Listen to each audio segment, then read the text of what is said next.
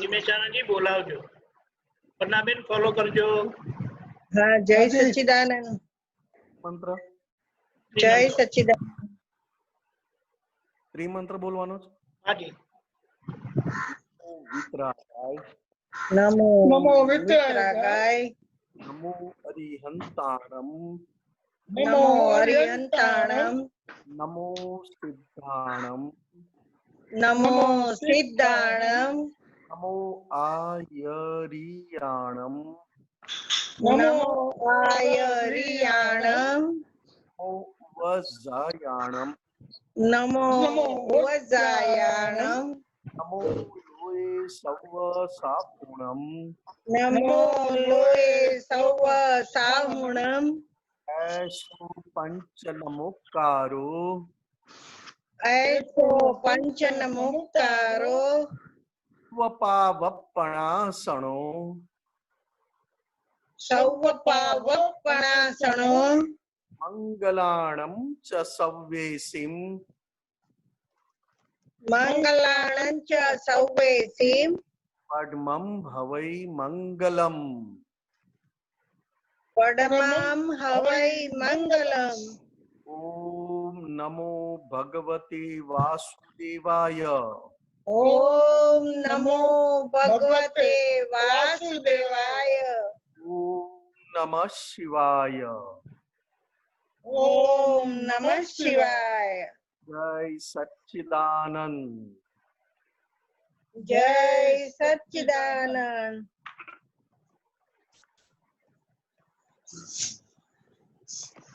જય સચ્ચિદાનંદ. સાહેબ આપણે પદ સંભળાવવાના છે. હું સ્ક્રીન પર મૂકું છું.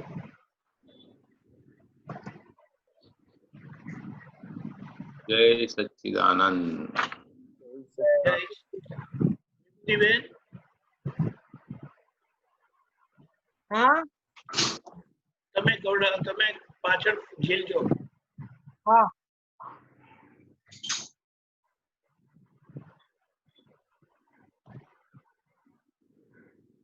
આવ્યું? આવે દેખાય છે સ્ક્રીન પર? હા આવ્યો. ઓકે. જય સચ્ચિદાનંદ. જય મને સિમંદર નો નામ લેતા સહેજે આનંદ થાય. મને સિમંદર નું નામ લેતા સહેજે આનંદ થાય. મને સિમંદર નું નામ લેતા સહેજે આનંદ થાય. મને સિમંદર નું નામ લેતા સહેજે આનંદ થાય.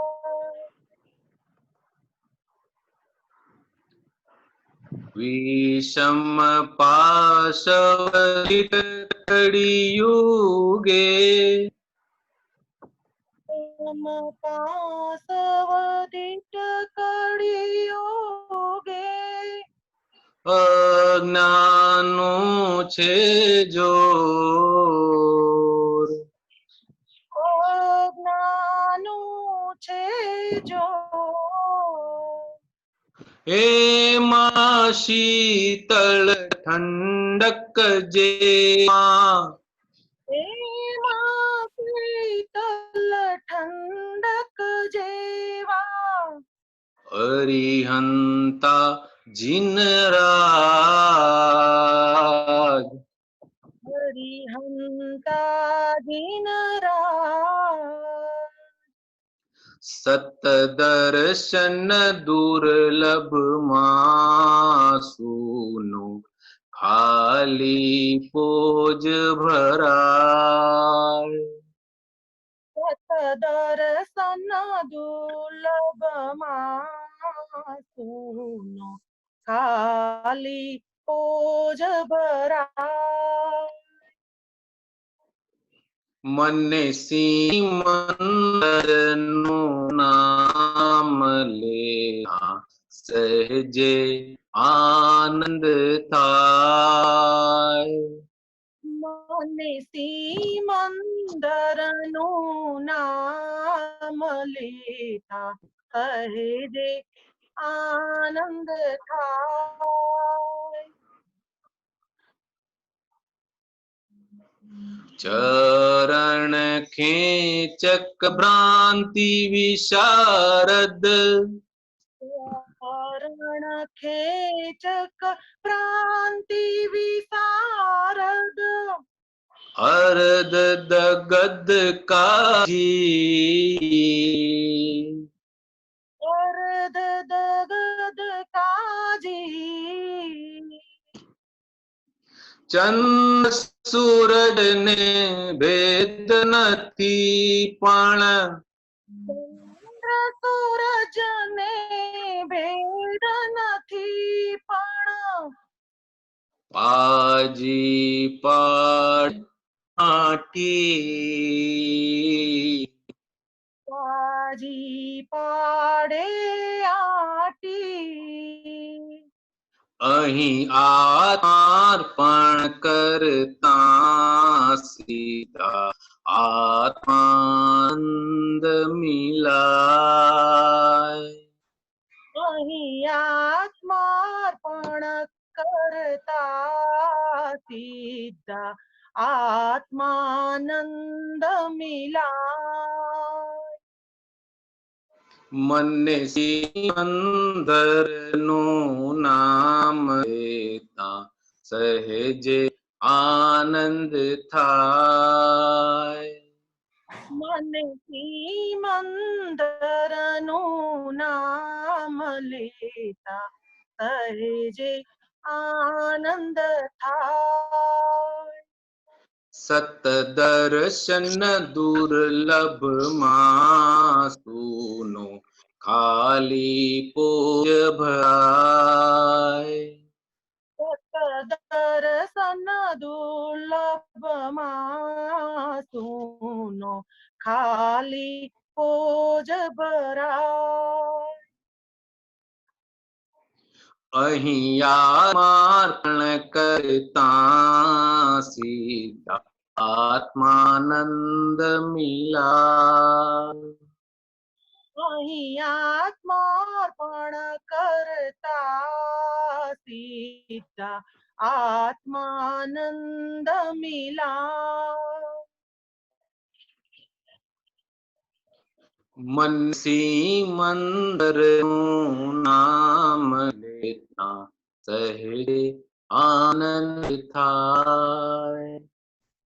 મને સિમંદરનું નામ લેતા સહેજે આનંદ થાય. અમને સહેજે આનંદ થાય. સહેજે આનંદ થાય. સહેજે આનંદ થાય. સહેજે આનંદ થાય. જય સચ્ચિદાનંદ. જય સચ્ચિદાનંદ. ભરતભાઈ ખૂબ ખૂબ આભાર. બહુ સરસ. થેન્ક યુ વિભૂતિબેન. નિમેશ આનંદજી, હવે આપણે સત્સંગ શરૂ કરીએ છીએ. પહેલો સવાલ સુરેશભાઈ મદુરાઈ છે. સુરેશભાઈ,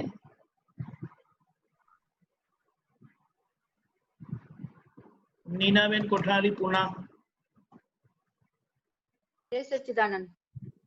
जय सच्चिदानंद. निमिषानंद जी जय सच्चिदानंद. जय सच्चिदानंद. वंदन आपको बहुत बहुत. ये पूछना है कि अपनी संज्ञा है 4 आहार, एक संज्ञा आहार है और मेरे अंदर आहार के परमाणु भी भरे हैं. तो मैं जब कुछ खाती हूँ तो ये आहार की परमाणु और संज्ञा, इनका आपस में क्या रिलेशन है? संज्ञा जो है वो हर एक जीव मात्र में है। अच्छा जैसे भूख लगना, एक सिंपल बात समझो आप, भूख लगना हर जीव मात्र को है। जी मगर आप जब मनुष्य में गति में आए, हाँ मनुष्य जन्म हुआ, तो आपका सिलेक्शन की शुरुआत हुई, अच्छा पसंद नापसंद की शुरुआत हुई। शुरुआत हुई हाँ उसमें आपने जो चार्ज किए उसको परमाणु कहते हैं, जो अभी डिस्चार्ज हो रहे हैं कि मुझे ये नहीं भाता है, मुझे ये अच्छा नहीं लगता है।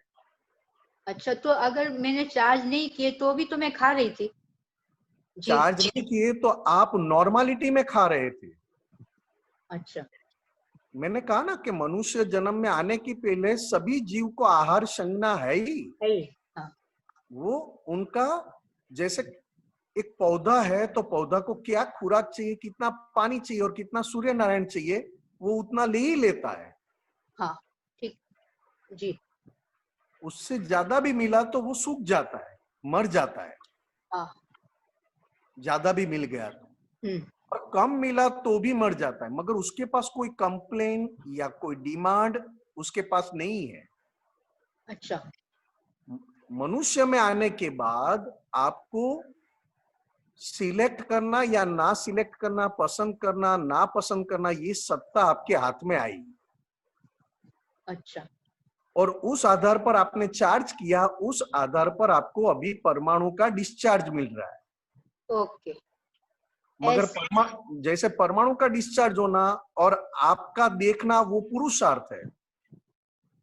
और संज्ञा तो एज इट इज है ही संज्ञा तो मैंने कहा ना, भूख लगना वो संज्ञा है। वो संज्ञा है हाँ, परमाणु का डिस्चार्ज होना और आप सेपरेट नहीं हुए तो आपकी पुरुषार्थ में कच्चा से आप अंदर एक हो गए। हाँ जैसे मैं अभी ज्ञान लिया है, दृष्टि है, तो निमेष को भूख लगा है ऐसा मुझे अनुभव हुआ। हाँ तो मैं किचन में जाके मैंने देखा कि क्या है खाने में, क्या है क्या है क्या है। फिर अंदर से परमाणु बोलेगा हाँ मुझे ये खाना अच्छा है। ओके चलो भाई निमेष तू खाना खा ले और तुझे जो ये भूख लगी है उसका निकाल कर दे। निकाल कर अब मगर तू जो खा रहा है वो मुझे पता है कि किस आधार पर खा रहा है। अच्छा परमाणु तो के आधार हाँ हाँ तो चारों संज्ञा के बारे में ऐसे ही है ऐसा ही है, ओके ऐसा ही है। आहार, मैथुन, भय और निंद्रा संज्ञा रूप में है, मगर संज्ञा के अतिरिक्त हो जाए, नॉर्मालिटी के बाहर हो जाए तो इस चारों की नॉर्मालिटी अभी है नहीं, अभी नहीं है अच्छा हाँ। तीर्थंकर भगवान ने भी गृहस्थी जीवन निकाला, 24 तीर्थंकर भगवंतों ने। जी हाँ उस पर जो नॉर्मालिटी था वो नॉर्मालिटी खत्म होने पर उनका दीक्षा कल्याण का योग बना। अच्छा आहार, मैथुन, भय और निद्रा। निद्रा अब जैसे जैसे ये चारों की नॉर्मालिटी कैसे आए, तो जैसे जैसे भीतर का परमाणु आप देखते जाओ और उसका निकाल करते जाओ तो चारों चीज बहुत नॉर्मालिटी में आ जाए। अच्छा जैसे दादा भगवान ने आप्त पुत्रों को कहा कि निंद्रा कितनी होनी चाहिए, तो कि 2.5 घंटा। अच्छा आपका मेडिकल साइंस क्या कहता है, अलग कहता है। 6 आवर्स हाँ, मेडिकल साइंस अलग कहता है। और जी दादा भगवान की बात क्या है, तो कि जैसे जैसे अंदर की वीकनेस, जो डिस्चार्ज कषाय, डिस्चार्ज वीकनेस, हाँ जैसे जैसे आप देखते जाओ और कम होती जाए, वैसे वैसे ये चारों चीज में नॉर्मालिटी आते जाए। ओके आपको त्याग नहीं करना पड़े, आपको छोड़ना नहीं पड़े, अपने आप आपके उदय में ऐसी नॉर्मालिटी आती जाए। मगर आम व्यवहार में लोगों की नजरों में तीर्थंकर भगवान ने बहुत त्याग किया, तीर्थंकर भगवान ने ये त्याग किया, ये किया, ऐसा सुनाई देगा हमको। जी जी तो तीर्थंकर भगवान क्या कहते कि भीतर की कैसी मेरी परिणति है, भीतर का जैसा पुरुषार्थ, उसमें जितना आगे बढ़ा तो बाहर से मेरी डिमांड, नेसेसिटी कम होती जाएगी। और कम होते होते ये चार चीज, आहार, मैथुन, भय और निंद्रा, वो और भी नॉर्मलिटी में आ जाए, मगर आम लोगों को ऐसा लगे कि इतना ही सोते हैं, इतना ही खाते हैं, समझे? हाँ जी, हाँ, लोगों को ऐसा लगे क्या ऐसा तब है। करते हैं, रात को 4-4 घंटा जागते हैं, हाँ 2 घंटा ही सोते नहीं। सबसे पहले नीना बहन, विषय मैथुन हम्म, ये चारों चीज संज्ञा के रूप में होने के बाद उसका उसकी तड़प बढ़ने से हमारी नॉर्मलिटी हम चुक गए सब चुप में, गए। हाँ हाँ हाँ जी, चारों में। अब हाँ मनुष्य हिंदुस्तान के मनुष्य के अलावा कोई भी आप जीव को देखोगे तो कुदरत के आश्रित है हाँ हाँ नीना बहन, जी, कुदरत के आश्रित है। हाँ कुदरत जैसा रखेगा वैसा जिएंगे, वैसा है। कुदरत जब खाना देगा तब खाएंगे। No complain, no demand, nothing. देख रहे हो ना आप हाँ, देखते हो ना? जी जी, हाँ मनुष्य के अलावा सभी जीव नॉर्मलिटी में है, जी, और नॉर्मलिटी में होने के कारण बहुत सारी अंदर की उनको बहुत सारी कुदरती क्या होने वाला है सब उनको पता चलता पता पड़ता है। हाँ हाँ, है। हाँ, पता चल जाता है कि पता कोई चलता है। जानवर देखोगे, कोई पक्षी देखोगे, कोई ये हाँ हाँ देखोगे, पहले से ही आपको सिम्टम्स दे देंगे हाँ, देते क्या हैं। क्या आ रहा है। हम्म, ये सब नॉर्मलिटी में है, अच्छा, कुदरत के आश्रित है। कुदरत केवल कुदरत मनुष्य के अलावा सभी कुदरत के आश्रित है। हम्म, और हमने ज्ञान लिया मतलब हम आश्रित हुए ज्ञानी पुरुष में। ज्ञानी पुरुष। हाँ, ठीक है Very nice. नीना बहन? जी बहुत अच्छा, बहुत अच्छा, हाँ, वेरी नाइस निमेशन जी। जय सच्चिदानंद, जय जय सच्चिदानंद। सच्चिदानंद, जय सच्चिदानंद।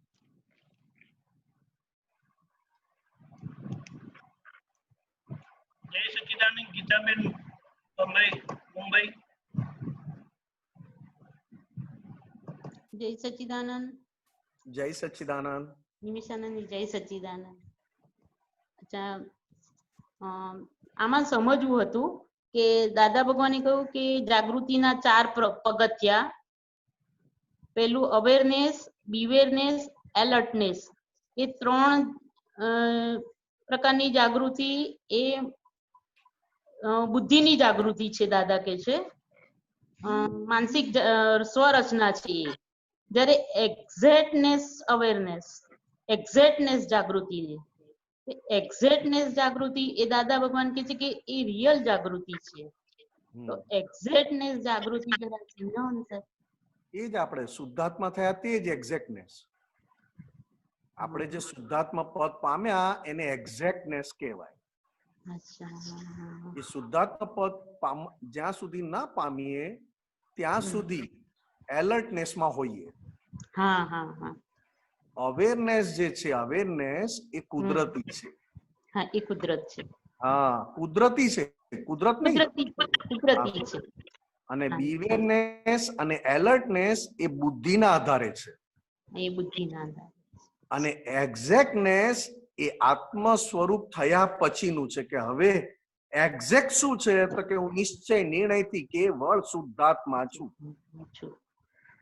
હું નિશ્ચય નિર્ણયથી કેવળ શુદ્ધાત્મા છું. ગમે તેવા સંજોગ આવશે છેલ્લે તમને આ સેન્ટેન્સ અને આ અનુભવ હાજર થઈ જશે. ઓહો, સરસ. આ દાદા ભગવાનનું અક્રમ વિજ્ઞાન ખૂબ ખૂબ ખૂબ અજાયબ છે સાહેબ. આના જેવું 10 લાખ વર્ષ આપણા બુદ્ધિમાં ગણતરીમાં આવે એવા નથી. 10 લાખ વર્ષ કોને કેવા. ઋષભદેવ ભગવાન પાસે હતું ત્યારે એક ભરત રાજા પામ્યા, ચક્રવર્તી પામ્યા, અને આ કાળમાં દાદા ભગવાન કઈ કઈને પમાડ્યું છે. કઈ કઈને, કારણ કે એમને ખંજવાળ આવતી હતી લોકોનું કલ્યાણ કરવાની. એમને ખંજવાળ ઉપડેલી, લેનારને નહોતી પડી. હવે એ જ્ઞાન કેવું છે આક્રમ વિજ્ઞાન તો કે સ્વયં ક્રિયાકારી. હવે જેટલો ભાગ તમારો નિશ્ચયનો પાકો એટલું જ્ઞાન ક્રિયાકારી સ્પીડી થાય. જેટલો નિશ્ચય થોડો કાચો એટલું જ્ઞાન ક્રિયાકારી થાય, પણ થોડાક સમય લીધા પછી ક્રિયાકારી થાય, પણ છે ક્રિયાકારી. એટલે આપણી તીર્થંકર ભગવાને તો કેવળ જ્ઞાન માટે સુપર એક્ઝામ એટલે કે સુપર તપ કર્યા, તપમાં રહ્યા, પ્યોર થયા અને કેવળ જ્ઞાન થયા. મહાવીર ભગવાનને તપ આવ્યા. ભગવાનને તપ તો કે તપ શું છે? તો કે એક્ઝેક્ટનેસ કાયમ માટે થઈ જાય. અત્યારે આપણે એક્ઝેક્ટનેસ ની શરૂઆત થઈ છે. શરૂઆત થઈ છે. હા, એ દાદા ભગવાનની કૃપાથી. બહુ જ કૃપા. હું નિશ્ચય નિર્ણયથી કેવળ શુદ્ધાત્મા છું. ઋષભદેવ દાદા ભગવાન જેવો શુદ્ધાત્મા છું. મહાવીર ભગવાન જેવો શુદ્ધાત્મા છું. જો તમે એક્ઝેક્ટનેસ પાકું ને પાકું આપણને બધાને કરાવે, ચરણ વિધિ બોલાવીને. અને ચરણ વિધિ બોલાવે અને અંદર આપણને એનો અનુભવ થાય, એના માટે નમસ્કાર વિધિ મૂકી કે બધાનો વિનય કરો. એટલે એ વિનયથી, એ કૃપાથી પાછી આમાં આગળ વધાય. એક્ઝેક્ટનેસ આ કૃપા, આ કાળમાં કૃપાથી આપણને પ્રાપ્ત થયું છે. એટલે દાદા ભગવાન કહેતા કે આ દીવડો બુઝાઈ જાય એ પેલા કામ કાઢી લેજો, આ પરપોટો ફૂટી જાય એ પેલા કામ કાઢી લેજો. કારણ કે એમની પાસે બટ નેચરલ અક્રમ વિજ્ઞાન પ્રગટ થયું. અને બટ નેચરલ અક્રમ વિજ્ઞાનના લીધે તમને મને એક્ઝેક્ટનેસ જાગૃતિમાં બેસાડ્યા. હા, એક્ઝેક્ટનેસ જાગૃતિમાં બેસાડ્યા. બીજા બધા છે ને એ અહંકારના આધારે છે અને અવેરનેસ છે ને એ કુદરતી છે. કુદરતી છે. સરસ. બાકી બધા અહંકારના આધારે છે. બરાબર. સાહેબ, એક પૂછું કે સ્વભાવ જાગૃતિ પણ આમાં દાદા કે છે, એટલે સ્વભાવ જાગૃતિ એ સ્વભાવમાં વણાઈ જાય કે શું સાહેબ? એ સ્વભાવ જાગૃતિ આવ્યું એમને? દીપક આનંદજી આવ્યું? ગીતાબેન, હાજી. આ સ્વભાવ જાગૃતિ એટલે મન, વાણી, કાયાની અતિ પવિત્ર ક્રિયા હોવા છતાં, અતિ પવિત્ર ક્રિયા કરવા છતાં એનાથી હું જુદો છું. મન, વાણી, કાયાની અતિ અપવિત્ર ક્રિયા કરવા છતાં, હોવા છતાં, થવા છતાં હું એનાથી જુદો છું. સંપૂર્ણ મન, વાણી, કાયાની ક્રિયાને જોનારો, જાણનારો છું. આ જેટલું તમને અંદર હાજર થાય એ સ્વભાવ જાગૃતિ કહેવાય. કે સ્વભાવ જાગૃતિ એટલે શું? તો કે હું કેવળ જોનારો છું અને જે કરે છે એને જોઈને, ધોઈને મારા જેવો થતો જાય છે. એટલે કે ફાઇલ નંબર 1. હું મારા જોવાના સ્વભાવમાં રહું તો ફાઇલ નંબર 1 ને જેટલી વાર જોવું એટલી વાર ફાઇલ નંબર 1 ધોવાતી જાય, ચોખ્ખી થતી જાય અને છેલ્લે ફાઇલ નંબર 1 હું જે સ્વરૂપે છે એવું પ્યોર થઈ જાય. કારણ કે સ્વભાવ જાગૃતિ એટલે પોતાની જાગૃતિ. અને અત્યાર સુધી કઈ જાગૃતિ હતી? તો કે હતી પ્રકૃતિના સ્વભાવની જાગૃતિ. માનતો તો કે આ મારો સ્વભાવ છે. જેમ હું જૈન છું તો મને લોભ અથવા કે પૈસા કેવી રીતે બચાવવા અને કેવી રીતે ગણવા કોઈએ શીખવાડવું ના પડે. હા, સામે અત્યારે દીપક આનંદજી છે આપણી જોડે, તો દીપક આનંદજી આખા સ્વભાવથી જુદા છે. એ લાકડી ઉપાડે, તલવારે ઉપાડે અને માથું મૂકી શકે. ગીતાબેન, મારી વાત સંભળાય છે ને ત્યાં? સમજાય. સરસ. દીપક આનંદજી છે તો એ લાકડી ઉપાડે, તલવારે ઉપાડે અને માથું પોતાનું મૂકી શકે. પ્રકૃતિમાં શું લાવ્યા છે? પ્રકૃતિમાં હું જૈન છું, લાકડીએ ના ઉપાડું, તલવારે ના ઉપાડું અને તરત માથું ના મૂકું. હવે આ બે પ્રકૃતિને ઓળખવી. હવે આ દાદા ભગવાન છે તો દાદા ભગવાન એકલા પટેલ, એકલા અંબાલાલ મુરજીભાઈ પટેલ પટેલ એક સુરત સ્ટેશનના પ્લેટફોર્મ થી એમની જગત કલ્યાણની યાત્રા ચાલુ થઈ. સુરત સ્ટેશનના પ્લેટફોર્મ થી જગત કલ્યાણની યાત્રા ચાલુ રહી. તે જગત કલ્યાણમાં પહેલા 4 વર્ષ તો અંધારું રહ્યું. હા, અંધારું, કોઈ ભેગો ના થાય.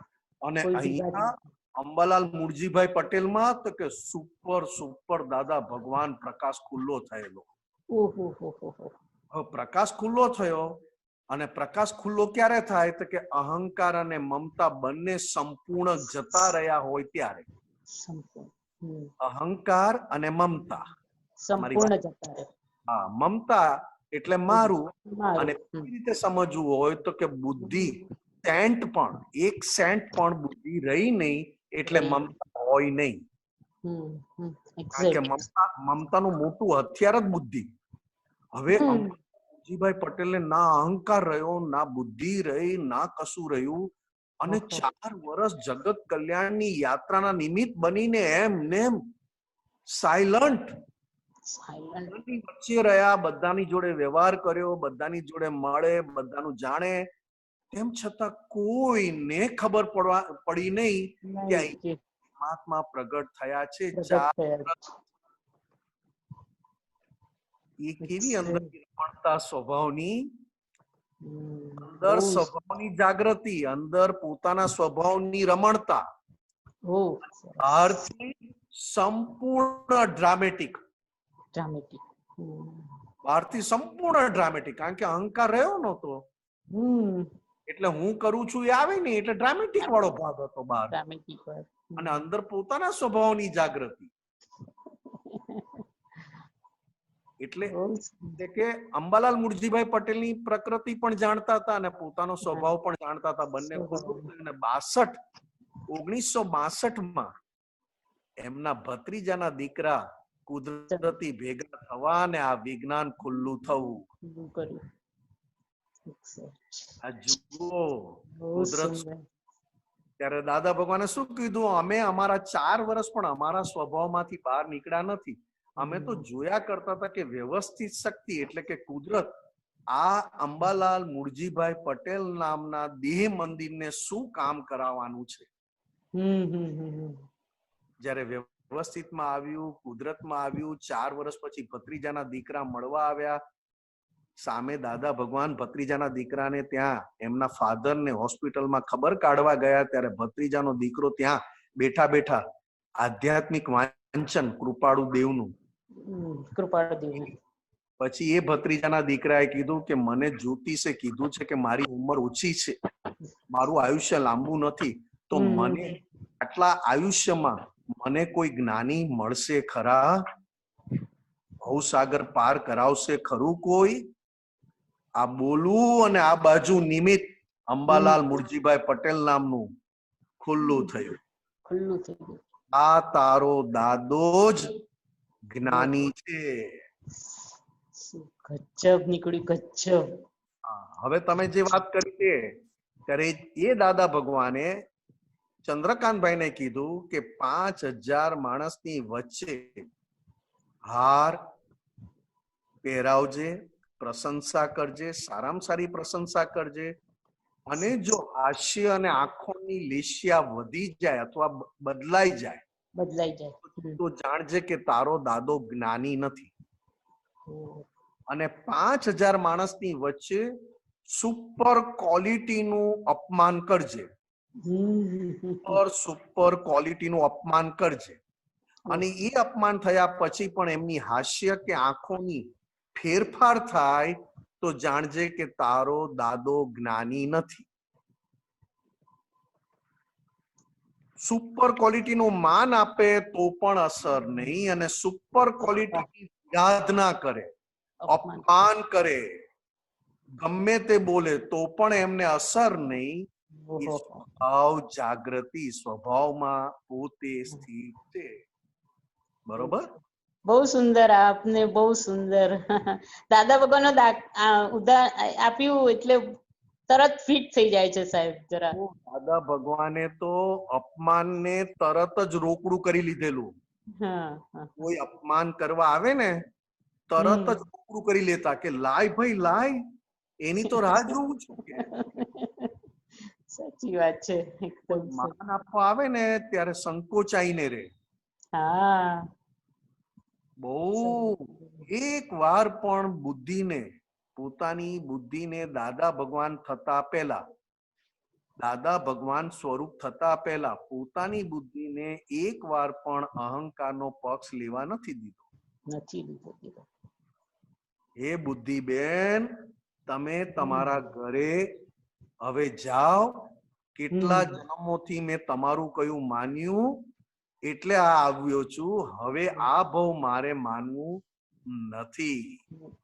હવે આવું કોણ કહી શકે કે પોતાના સ્વભાવમાં જબરજસ્ત પાકા થયા હોય કે પ્રકૃતિના સ્વભાવને સામા થઈ વાત કરી અને એનાથી છૂટા રહી શકે. બહુ સરસ, બહુ સુંદર. પોતાના સ્વભાવમાં બહુ મોટો ફોડ મળ્યો આજે, બહુ મોટા ફોડ મળ્યા આજે તો. બહુ આ સ્વભાવ જાગૃતિના, એક્ઝેક્ટનેસ જાગૃતિના બહુ મોટા ફોડ મળ્યા સાહેબ. બહુ સરસ સરસ સરસ. જય સચ્ચિદાનંદ સાહેબ. સચ્ચિદાનંદ. સુરેશજી મદુરાઈ. જય સચ્ચિદાનંદ. જય સચ્ચિદાનંદ. એક આપતું સૂત્ર છે 3057. સ્વરૂપની પ્રાપ્તિ પછી ચિત્તની નવી ફિલ્મો પડતી બંધ થઈ જાય. મનનું જૂનું હોય તેટલું જ રિચાર્જ થયા કરે, નવું ઉત્પન્ન ના થાય. અહંકાર કામ કરતો બંધ થઈ જાય, જૂનો છે એટલો જ ડિસ્ચાર્જ થાય. બુદ્ધિ પણ જૂની છે એ ડિસ્ચાર્જ થયા કરે, નવી ઉત્પન્ન ના થાય. હાજી,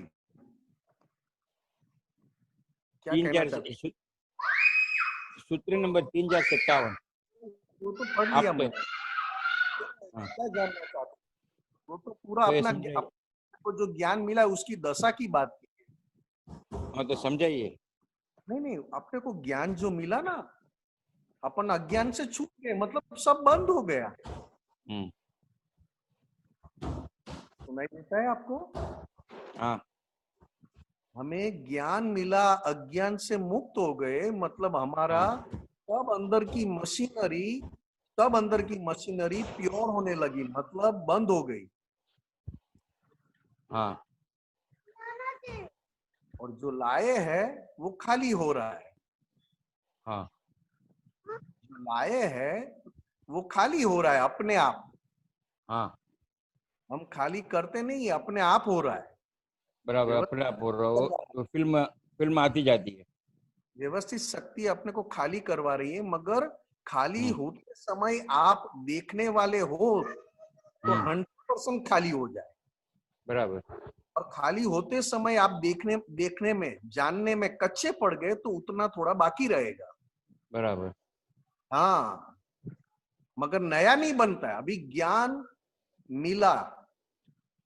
मिला मतलब मैं शुद्धात्मा हूं, मैं निश्चय निर्णय से शुद्धात्मा हूं। ज्ञान मिला मतलब अज्ञान से हमने मुक्ति पाई, अज्ञान से हमने मुक्ति पाई। हाँ, अज्ञान निकलने पर हमारी अंदर की मशीनरी 100% शुद्धात्मा के पक्ष में जाने लगी। हाँ, अंदर की मशीनरी पूरी चित्त, मन, बुद्धि और अहंकार चारों शुद्ध होते होते होते शुद्धात्मा की ओर अंदर आगे बढ़े। हाँ, मगर जो पुराना जो लेकर आए पूरा, मतलब जो अभी सुरेश जी हमें दिखाई देता है, सुरेश जी हाँ, जो आज अभी हमें जो दिखाई देता है वो है इस जन्म में, मगर टोटल पुरानी फिल्म है। टोटल पुरानी फिल्म, पुरानी फिल्म है।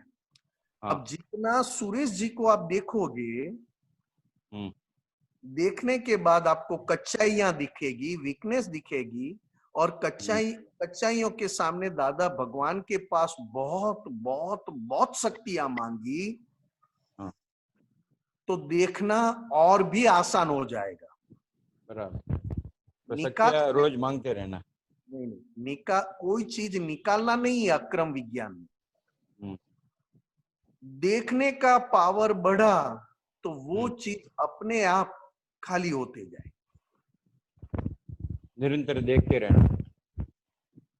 निरंतर देखना तो शक्य नहीं है, इतना तो नहीं है। वो तो दादा भगवान उनकी खुद की दशा की बात करते हैं, हमें तो शुरुआत हुई है। हाँ।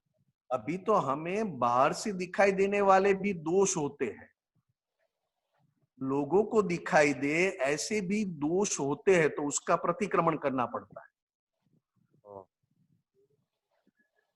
अभी हमारे दोष कौन से भी अभी चल रहे थे कि स्थूल दोष भी दिखाई देते हैं और सूक्ष्म दोष भी दिखाई देते हैं।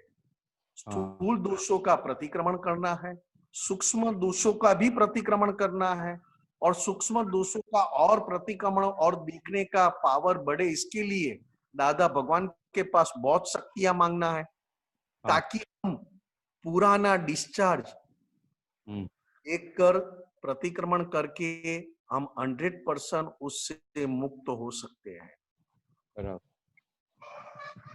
बात क्या है ये सूत्र में? केवल बात कितनी है तो कि ये ज्ञान अलौकिक है, अलौकिक, अद्भुत, आश्चर्य। ये ज्ञान लेने के बाद नया शरीर ज्ञान के पक्ष में बन रहा है। नया शरीर अब अज्ञान वाला नहीं बन रहा है। अज्ञान वाला जो आए है उसको देख के निकाल करना है। नया जो है वो शुद्धात्मा के पक्ष वाला शरीर बन रहा है। और उसमें जितना निश्चय पक्का और जितनी शक्तियां मांगो उतना शुद्धात्मा के पक्ष में बनते जाए। बराबर। अभी तो चित्त भी शुद्ध होने लगा, बुद्धि भी शुद्धात्मा के पक्ष में काम करने की शुरुआत हो गई। मन तो सबसे बड़ा, शुद्धात्मा होने के बाद, ज्ञान लेने के बाद मन ही हमें केवल ज्ञान करवाती है। ओहो, मन ही केवल ज्ञान करवाती है। मन को देखना, केवल मन को देखना जानना, मन ही केवल ज्ञान की। इसके लिए दादा भगवान का सूत्र है, मन संसार में भटका भी सकती है, संसार में गुमराह भी कर सकती है मन, और संसार से मुक्ति भी दिला सकती है। इसके लिए गुजराती में कहा दादा भगवान ने, मन मोक्षे जवा माटे नावड़ू छे। नावड़ू मतलब नाव, समुद्र होती है ना, पूरा पानी का जहाज पार करवा के मोक्ष की ओर जाए और संसार में भटकने का काम भी कर सके, अगर आपके पास ज्ञान सही ना हो। बराबर, ठीक है। दादा का ज्ञान मिल गया है तो अभी तो सही है। नावड़ा में बैठ गए हैं। सुरेश भाई, दादा ने तो लिफ्ट में बिठा दिया है। शुद्धात्मा होने के बाद सुरेश भाई को प्योर करना वही आपकी जिम्मेदारी है। बस खाली उसको सुरेश भाई को शुद्धात्मा होने के बाद सुरेश भाई को प्योर करना, भीतर से, बाहर से भीतर से करना, वो आपकी जिम्मेदारी बन गई अब। वो भीतर से प्योर करना यानी उसको देखते रहना, देखना, शक्ति मांगना, प्रतिक्रमण करना। ऐसे थोड़ी देखोगे आप।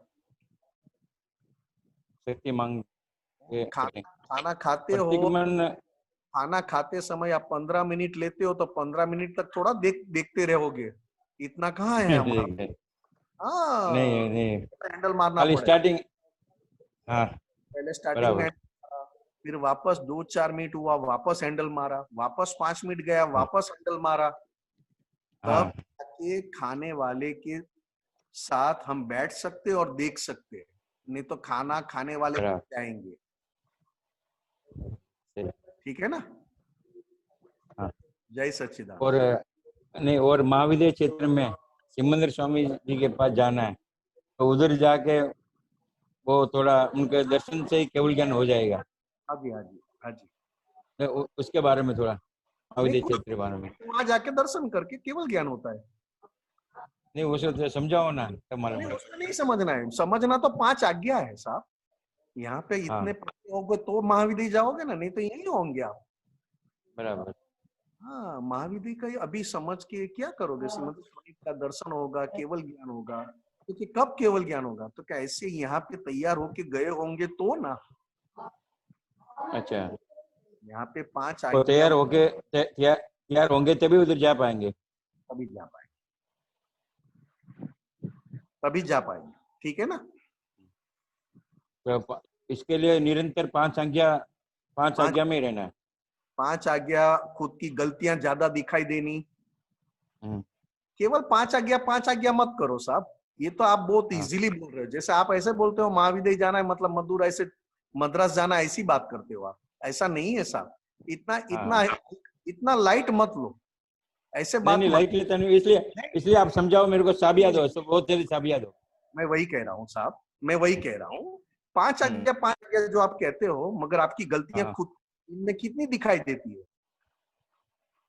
आपकी खुद की गलतियां जितनी ज्यादा दिखाई दे, वही 5 आज्ञा का प्रमाण है।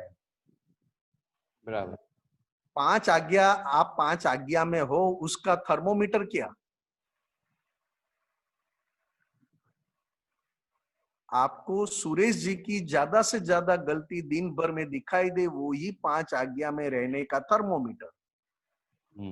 और जितनी गलती दूसरों की दिखाई दे, जितनी बदबोई, बुराइयां, खराब, निंदा, टीका जितनी दूसरों की करते हो, उतना 5 आज्ञा से थोड़े आप विमुख हो, मतलब विरोध में बैठे हो। बराबर।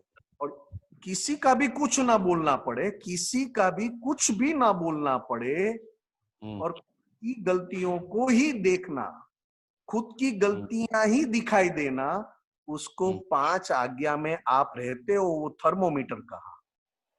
बराबर। समझ गए ना साहब? जय सच्चिदानंद। जय सच्चिदानंद। સચ્ચિદાનંદ પ્રશ્ન આવ્યો છે, પૂછ્યું છે ચેટમાં। દાદા ભગવાને એમ કીધું છે,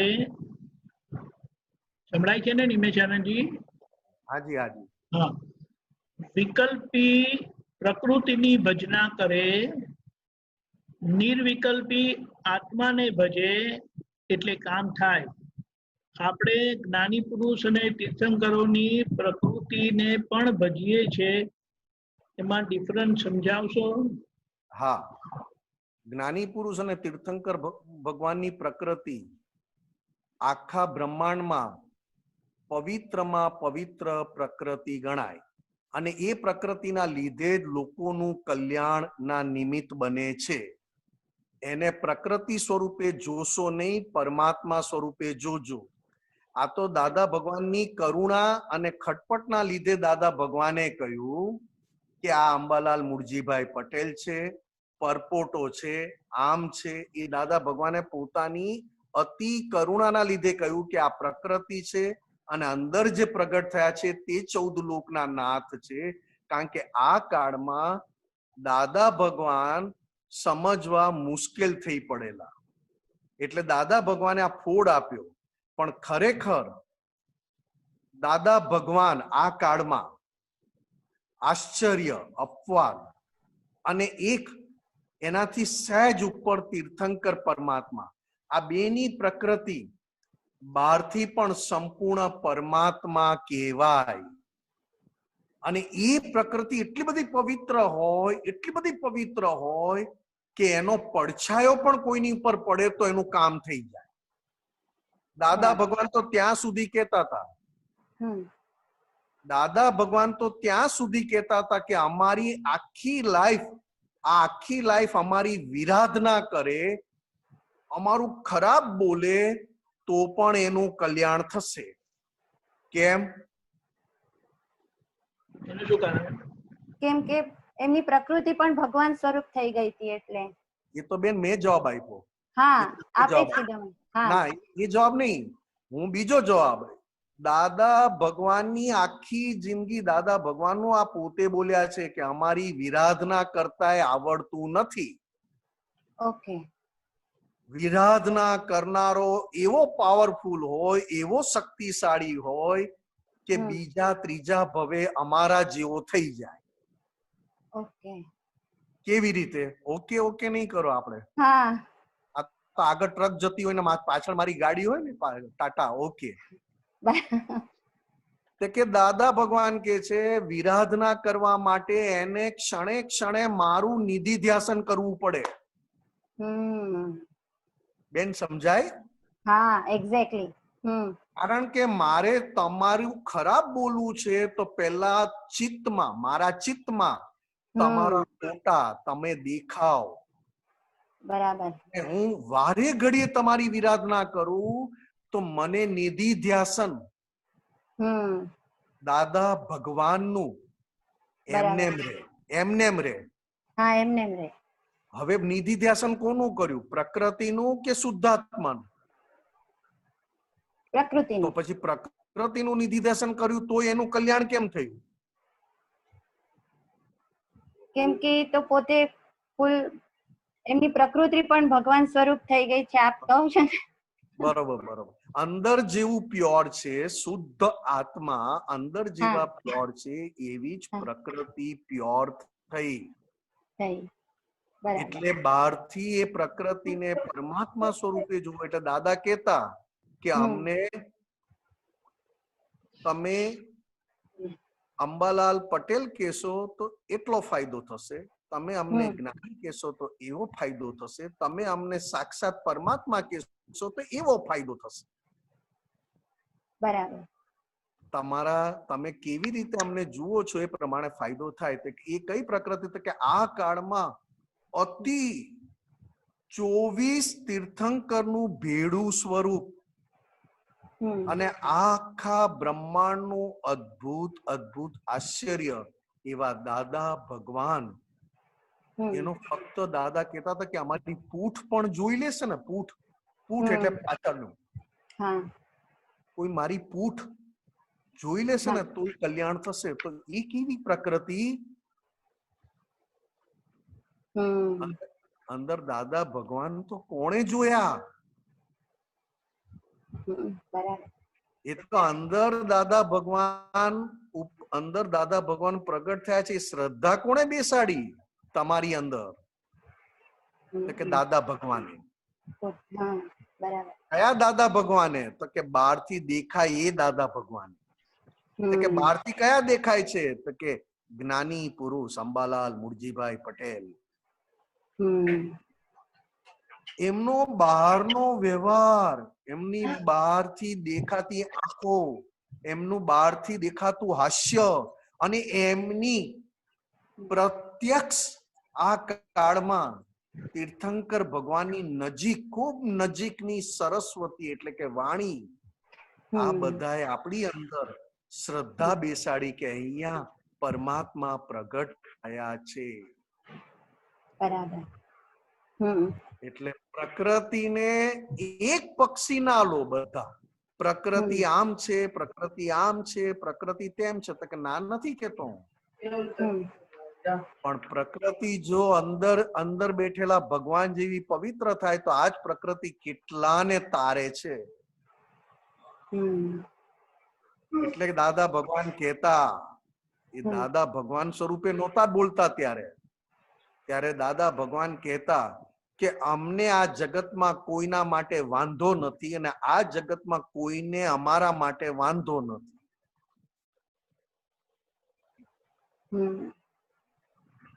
આ શું અંદર બેઠેલા દાદા ભગવાન માટે કહેતા હતા? તો કે ના, બહારની પ્રકૃતિ અંબાલાલ મુરજીભાઈ પટેલ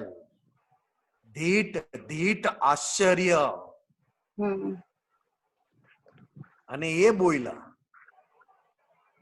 કે અમને કોઈના માટે વાંધો છે નહીં અને કોઈને અમારા માટે વાંધો પડતો નથી. આ કઈ પ્રકૃતિ? સમજાયું બેન? બરોબર સમજાય ગયું ને? હા પણ સ્વામીજી ઓલું જે વિકલ્પીની વાત થઈ ને, સંકલ્પ વિકલ્પ, સંકલ્પ એટલે મારું અને વિકલ્પ એટલે હું. જ્યાં સુધી હું નિમેષ છું, જ્યાં સુધી હું નિમેષ છું ત્યાં સુધી હું દેહના પક્ષમાં હોઉં, શરીરના દેહના પક્ષમાં. અને હું નિર્વિકલ્પી થયો, હું રોંગ બિલીફ વાળો હું, અજ્ઞાન ના આધારે ઉભો રહેલો હું, અજ્ઞાન ના આધારે. અજ્ઞાન ના આધારે કયો હું? તો કે હું નિમેષ છું, મારું નામ નિમેષ નહીં, હું નિમેષ છું. હું જોઉં છું, હું સાંભળું છું, હું બોલું છું, હું જાઉં છું, હું વિચારું છું, હું આ ઘર ચલાવું છું અને આ મારું છે. આ ઘરમાં જે કઈ છે મારું છે, મારા લીધે ચાલે છે. એટલે દાદાએ શું કીધું? સંકલ્પ વિકલ્પ થી નિવૃત્ત થયો. સંકલ્પ એટલે મારું, વિકલ્પ એટલે હું. આ બે થી નિવૃત્ત થયો, એને નિર્વિકલ્પ કહેવાય. અને નિર્વિકલ્પ હંમેશા અંદર રહેલા આત્માના પક્ષમાં હોય. જે આપણે બધા મહાત્માઓ અત્યારે નિર્વિકલ્પ કહેવાઈએ, આપણે બધા મહાત્માઓ નિર્વિકલ્પ કહેવાઈએ, પણ નિર્વિકલ્પમાં પૂર્ણાહુતિ પામવા માટેનો પુરુષાર્થ ચાલુ છે. હજી જો ક્યાંક આપણને જોકું આવી જાય ને તો દેહના પક્ષમાં જતા રહીએ, અહંકારના પક્ષમાં જતા રહીએ. પછી પાછું જો જાગૃતિ અંદર આવી જાય તો પાછું શુદ્ધાત્માના પક્ષમાં પાછી આપણે કમાણી કરવાનું ચાલુ કરીએ. એટલે પૂરેપૂરા નિર્વિકલ્પી બની ગયા છે દાદાની કૃપાથી. પણ બહારના પ્રકૃતિમાં, બહારના વ્યવહારમાં, બહારથી થતો વ્યવહાર જે પ્રકૃતિના આધારે થાય છે, એ પ્રકૃતિમાં 100% નિર્વિકલ્પપણું ઊભું થાય તો બહારથી પણ પરમાત્મા કહેવાય. બરોબર બેન? હા હા સરસ. જય સચ્ચિદાનંદ. જય સચ્ચિદાનંદ. મુંબઈ થી રેખાબેન. જય સચ્ચિદાનંદ દીપકાનંદ. સચ્ચિદાનંદ. મારું એક હતું કહેવાનું કે આપણે જે વાત કરીએ છીએ ને રોજના એના સંજોગોમાં કે આપણે અહંકાર નહીં, અહંકારમાં આપણે કહીએ કે આપણને અહંકાર નહીં આવવો જોઈએ કે નહીં થવો જોઈએ. પણ હવે એના કેસમાં ઘણી વખત એવું થાય કે આપણે કંઈ જ કઈ કહેતા ના હોઈએ. સમજો કે આપણે બધું અવોઇડ કરીએ કે ભાઈ ના એનું શુદ્ધાત્મા છે કે એનો આ પ્રોબ્લેમ છે કે એનું શુદ્ધાત્મા જોઈએ એમાં. પણ એમાં પછી આપણને બધા ગ્રાન્ટેડ પણ લઈ લે એવું થઈ જાય છે. આપણે કોઈને કઈ ના કહેવા માટે કે આપણે એમ નક્કી કરીએ કે ભાઈ આપણે નથી એનું કોઈનું મન દુખાવવું કે નથી કોઈને કશું કહેવું. પણ હવે એ બધું નહીં કહેવામાં પછી આપણું ગ્રાન્ટેડ પણ લેવાઈ જાય છે ને, તો એટલે એ પછી દુઃખ લાગે છે. તો એ દુઃખ લાગે કઈ વસ્તુ કહેવાય? તો નહીં લાગવું જોઈએ ને આપણને. તમે ઘરની પરિસ્થિતિની વાત કરો છો, સંજોગોની? ઘરના પરિસ્થિતિના સંજોગોમાં. હિમેશાનંદજી, આમાં તો એક જ વાત છે, બહુ સિમ્પલ વાત છે. આપણી અંદર આપણા મન વાણી કાયામાં બે જ્ઞાન છે. બે જ્ઞાન. એક જ્ઞાન અહંકારના પક્ષ વાળું છે અને એક જ્ઞાન ઓરિજિનલ દર અસલ શુદ્ધાત્મા સ્વરૂપે છે. હવે જ્યાં સુધી આપણે અહંકારના પક્ષના જ્ઞાનમાં, અહંકારના પક્ષ વાળા જ્ઞાનમાં હજી પણ આપણે અંદર એલર્ટ હોઈએ તો આપણને અસર આવે. અને જો આપણે શુદ્ધાત્મા સ્વરૂપ વાળું જ્ઞાન એટલે કે શુદ્ધાત્માના પક્ષ વાળું જ્ઞાન, એમાં તમે એલર્ટ હો તો આ બધી અસરોથી છૂટી જવાય. બેન સમજાય વાત? હા સમજાય, પણ એ અસરોથી છૂટતું નથી. વિચાર કરું છું પછી પ્રતિક્રમણ પણ થાય છે. એટલે હું તમને એ જ કહું છું બેન કે તમારે અંદર જે સમજાવે છે ને એ અહંકારના પક્ષ વાળું જ્ઞાન સમજાવે છે અને તમે એનું કયું માની જવાય છે. છૂટતું નથી. હા, આ છૂટે ને. જેમ પ્રતિક્રમણ કરો અને સામેવાળા માટે કહો કે દાદા ભગવાનની સાક્ષી એમનામાં રહેલા શુદ્ધાત્મા ભગવાનને નમસ્કાર કરું છું, અને જે દેખાય છે એ ભાગ નિર્દોષ છે, નિમિત્ત છે અને ઉપકારી છે. આ વાક્ય ઓછામાં ઓછું 10 મિનિટ 15 મિનિટ જે વ્યક્તિ માટે હોય એ વ્યક્તિ માટે તમે અંદરથી આ કરો તો તમારી પ્રકૃતિ, તમારી જે પ્રકૃતિ એ સામે જે પ્રકૃતિ માટે ઋણાનુબંધ લાવ્યો છે એમાં ફિકાસ આવી જાય. પાછું એ વાક્ય બોલશો? અરે હવે પાછું ઓકે નિમેશાનજી, મેં લખ્યું છે, બોલું. હા, તમે સામો નિર્દોષ છે, સામો નિમિત્ત છે અને ખૂબ ઉપકારી છે.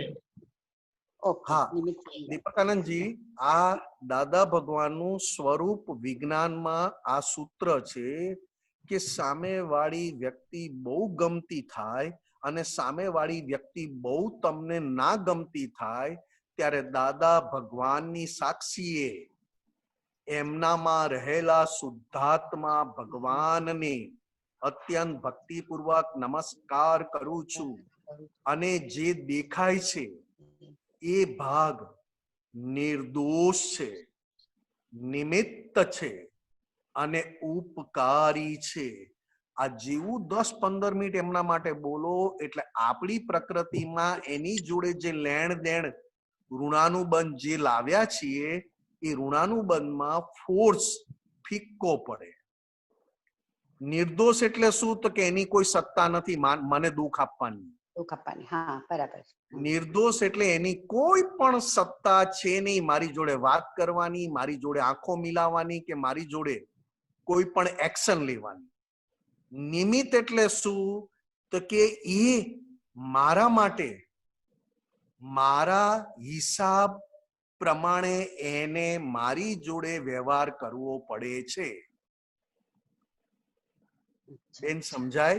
હા, સમજાયું. પણ આપણું ધાર્યું ના થાય ને, અને આપણે સાચા હોઈએ ને ધાર્યું ના થાય ને, એટલે એ વખતે એમ થાય કે હા, એટલે આપણે ધાર્યું કરાવવું નથી એવું નક્કી કરી દો. એટલે આપણે શુદ્ધાત્માના પક્ષ વાળું જ્ઞાન વાપરો. મેં પહેલા 2 વાક્ય તમને કીધા, પહેલા 2 વાક્ય કે તમારે અહંકારના પક્ષ વાળું જ્ઞાન વાપરવું હોય તો તમને બળતરા રહેશે. બરાબર છે. કારણ કે દરેકને પોતાના અહંકારનું ધાર્યું હવે વાપરવું નથી, પણ વપરાય એ જ જાય છે, એટલે કહું છું. વપરાઈ જાય બેન, વપરાઈ જાય તો મેં આ પ્રતિક્રમણ કીધું. હા, બરાબર છે. હવે આ વાક્ય કીધું. વપરાઈ જાય તો મેં તમને આ વાક્ય કીધું. નિમિત્ત નિર્દોષ છે, નિમિત્ત છે. તો કે નિમિત્ત એટલે શું? તો કે મારો જે હિસાબ છે એ જે હિસાબ ચૂકવવાનો છે એ હિસાબ પ્રમાણે સામેવાળાએ મારી જોડે વ્યવહાર કરવો પડે છે. એટલે એ અકર્તા છે, નિમિત્ત છે. અને ઉપકારી કીધો. ત્રીજો શબ્દ દાદા ભગવાને ઉપકારી શબ્દ વાપર્યો. તો કે ઉપકારી કેમ? તો કે મારા લઈ આવેલા હિસાબમાંથી મને એ કર્મના દેવું, કર્મનો કરજો, કર્મનું દેવું એમાંથી મને છોડાવડાવે છે, એટલે ઉપકારી છે. આ શુદ્ધાત્માના પક્ષ વાળું જ્ઞાનનું વાક્ય છે બેન. નહીં તો આ જગતમાં સંભળાય છે ને? હા, સંભળાય છે. હવે બરાબર સમજાય. આ જગતમાં બધાને પોતાનો અહંકાર જ પોષવો છે. હા, ચાલો, એ બહુ. એટલે દાદા ભગવાનનું સૂત્ર છે બેન, દાદા ભગવાનનું સૂત્ર છે. આ જગતમાં 2 જ વસ્તુ બને છે. 2 જ વસ્તુ બને છે. બને છે 2 જ વસ્તુ. શું? કઈ વસ્તુ? તો કે કાં તો અહંકાર પોષાય છે, એટલે કે બધા અહંકારની વાહવા કરે છે, અને કાં તો અહંકાર ભગ્ન થાય છે, એટલે બધા અહંકારને તોડવા માટે કરે છે. બરાબર છે. હા, આ જગતમાં 2 જ વસ્તુ છે. કાં તો અહંકારને પોષણ મળે, તમે કેટલા સરસ, આજે આખો દિવસ મારી ધાર્યા પ્રમાણે જાય તો કોણ રાજી થયું? તો કે અંદરનો અહંકાર. મને બહુ મજા પડી, આજનો દિવસ તો બહુ સરસ. અને તમે દાદાના મહાત્મા છો તો કહેશો કે ખૂબ દાદાની કૃપા છે, ખૂબ દાદાની કૃપા છે, દિવસ આવો ને આવો જ જાય. કારણ કે અહંકાર રાજી થયો. અને બીજા દિવસે જયારે અહંકારની વિરુદ્ધમાં સંજોગ આવશે ત્યારે તમને એમ થશે કે ઓહો, આવા દુઃખ, આવી તકલીફ, આમ છે તેમ છે. કારણ કે આપણું જીવન બહારથી આ જ્ઞાન લીધા પછી આ બહારનું જીવન અહંકારને આધીન ચાલે છે. અહંકાર ખુશ તો તમને થશે કે દિવસ સરસ, અને જેણે જ્ઞાન નથી લીધું એના માટે તો અહંકાર એ જ એનું જીવન છે બેન. આજે હું તમને કશું ખવડાવું નહીં અને તમારું સારું સારું બોલું ને તમારી જોડે મિક્સ થઈ જાઓ તો તમને જમવાનું યાદ ના આવે, ને તમે મને જમાડવાના હોય તો એક આઈટમ ની જગ્યાએ 25 આઈટમ મૂકશો જમવામાં. બરાબર છે. હા, એકદમ સાચું. આ જુઓ, અહંકારની ક્રિયા જોવાની છે. રેખાબેન એ ટીવી ની સ્ક્રીન છે.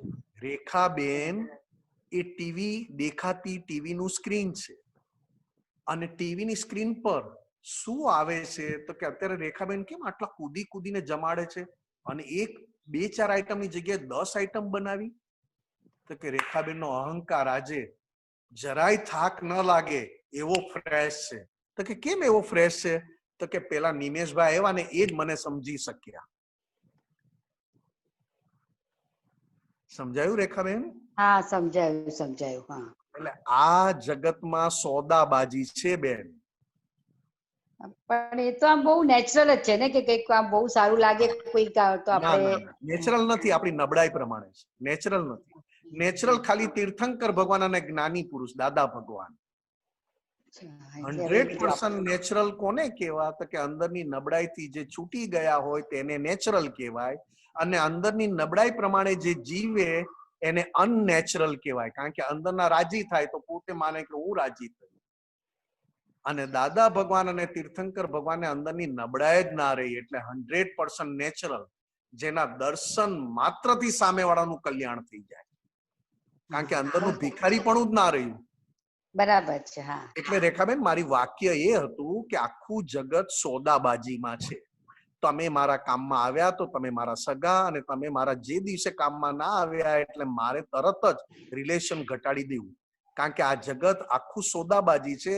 સોદાબાજી વગરનું આ જગતમાં કોણ છે? સોદાબાજી વગરના આ જગતમાં કોણ છે રેખાબેન? બરાબર. કોઈ અલગ તીર્થન તમે કીધું એમ દાદા ભગવાન સિવાય અત્યારે તો કોઈ આપણને મળી જ ના શકે ને. બિલકુલ સુપર વાત કરી તમે. એટલે આપણે કહીએ છીએ કે આ નિમેશ, આજે મારા પોતાના મન, વાણી, કાયા, મારા પોતાના નિમેશ નામનું શરીર, નિમેશ નામની વાણી કેવું છે તો કે સોદાબાજી વાળો. અને જ્યાં સુધી સોદાબાજી વાળો ભાગ અંદર હોય ત્યાં સુધી નેચરલ ના કહેવાય. બરાબર છે. આપણા કરતા જાનવરો નેચરલ કહેવાય. ગાયને તમે 3 રોટલી મૂકો, એને 1 રોટલીની ભૂખ હોય તો 1 રોટલી ખાઈને આગળ જતું રહેશે. ગાય થેલી લઈને નથી નીકળતું કે 2 રોટલી મૂકી દઉં થેલીમાં, કદાચ સાંજે કોઈ નહીં આપે તો. જેને સાંજની પણ ચિંતા નથી અને ભેગું કરવાની પણ ચિંતા નથી એને નેચરલ કહેવાય. તો પછી એવી રીતે આપણે જૈન સાધુ લોકો જેવી રીતે વર્તા નથી કે, તો એના હિસાબે એમ લોકોને નિયમ હશે. આપણા જૈન સાધુ હોય એ લોકો એક જ ટાઈમ નું વરે છે, એ પૈસા કેવું કઈ રાખતા નથી, એટલે એ બધું આનામાં આવે કરીને. ક્રિયા સરખી દેખાય. એક ક્રિયા અહંકારના આધારે હોય અને એક ક્રિયા નેચરલ હોય. અચ્છા, સમજાયું બેન? બરાબર, સમજી. એક ક્રિયાનો કરનારો હોય અને એક ક્રિયાને નેચરલ તરીકે પૂરો કરનારો હોય. કરનારો ના હોય. બરાબર? બરાબર, એકદમ સમજાઈ ગયું. દાદા ભગવાન અને તીર્થંકર ભગવાન ટોપ ક્વોલિટીના નેચરલ. કેમ તો કે પોતાના મન, વાણી, કાયાનો એક ક્ષણ માટે પણ એમને સ્વાદ લેવો જ ના હોય. બરાબર છે. મન, વાણી, કાયાનું સુખ આવે એ ભેગું ઓછું કરી દે. દાદા ભગવાન સૂતા હોય અને જો ઊંઘ વધારે સારી આવી જાય, સાલ ઓઢીને સૂતા હોય ને ઊંઘ સારી આવી જાય તો સાલ કાઢી નાખે અને ઠંડી લાગવા દે, જેથી ઊંઘ પણ એના આત્મામાં રહેવામાં ડિસ્ટર્બ ના કરે. આવા પુરુષો છે બધા. અને આપણે તો બધું બંધ કરીને ફર્સ્ટ ક્લાસ ઊંઘવાની તૈયારી કરીએ કે આ સુખ ક્યાંથી છોડાય. હા બરાબર ના આવી હોય તો ટેન્શન થાય કે કેમ નહીં આવી. આપણને શરીરમાંથી સુખ આવતું બંધ થાય તો આપણે તરત જ ભિખારી થઈ જઈએ.